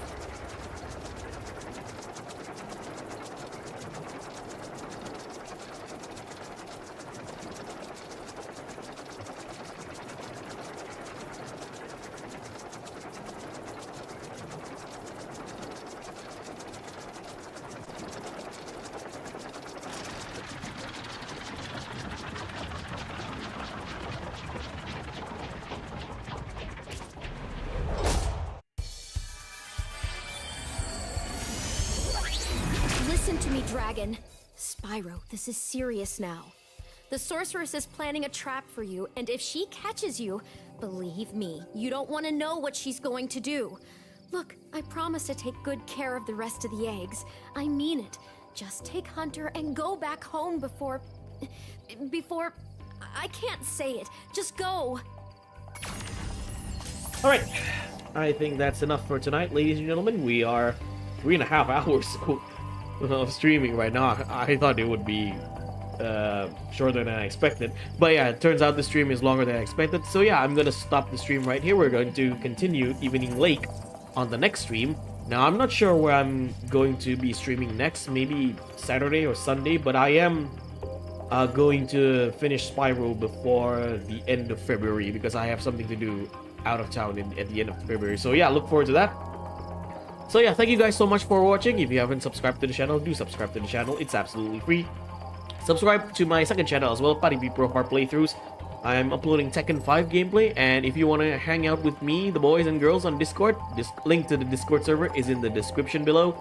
Until then, I'll see you guys next time.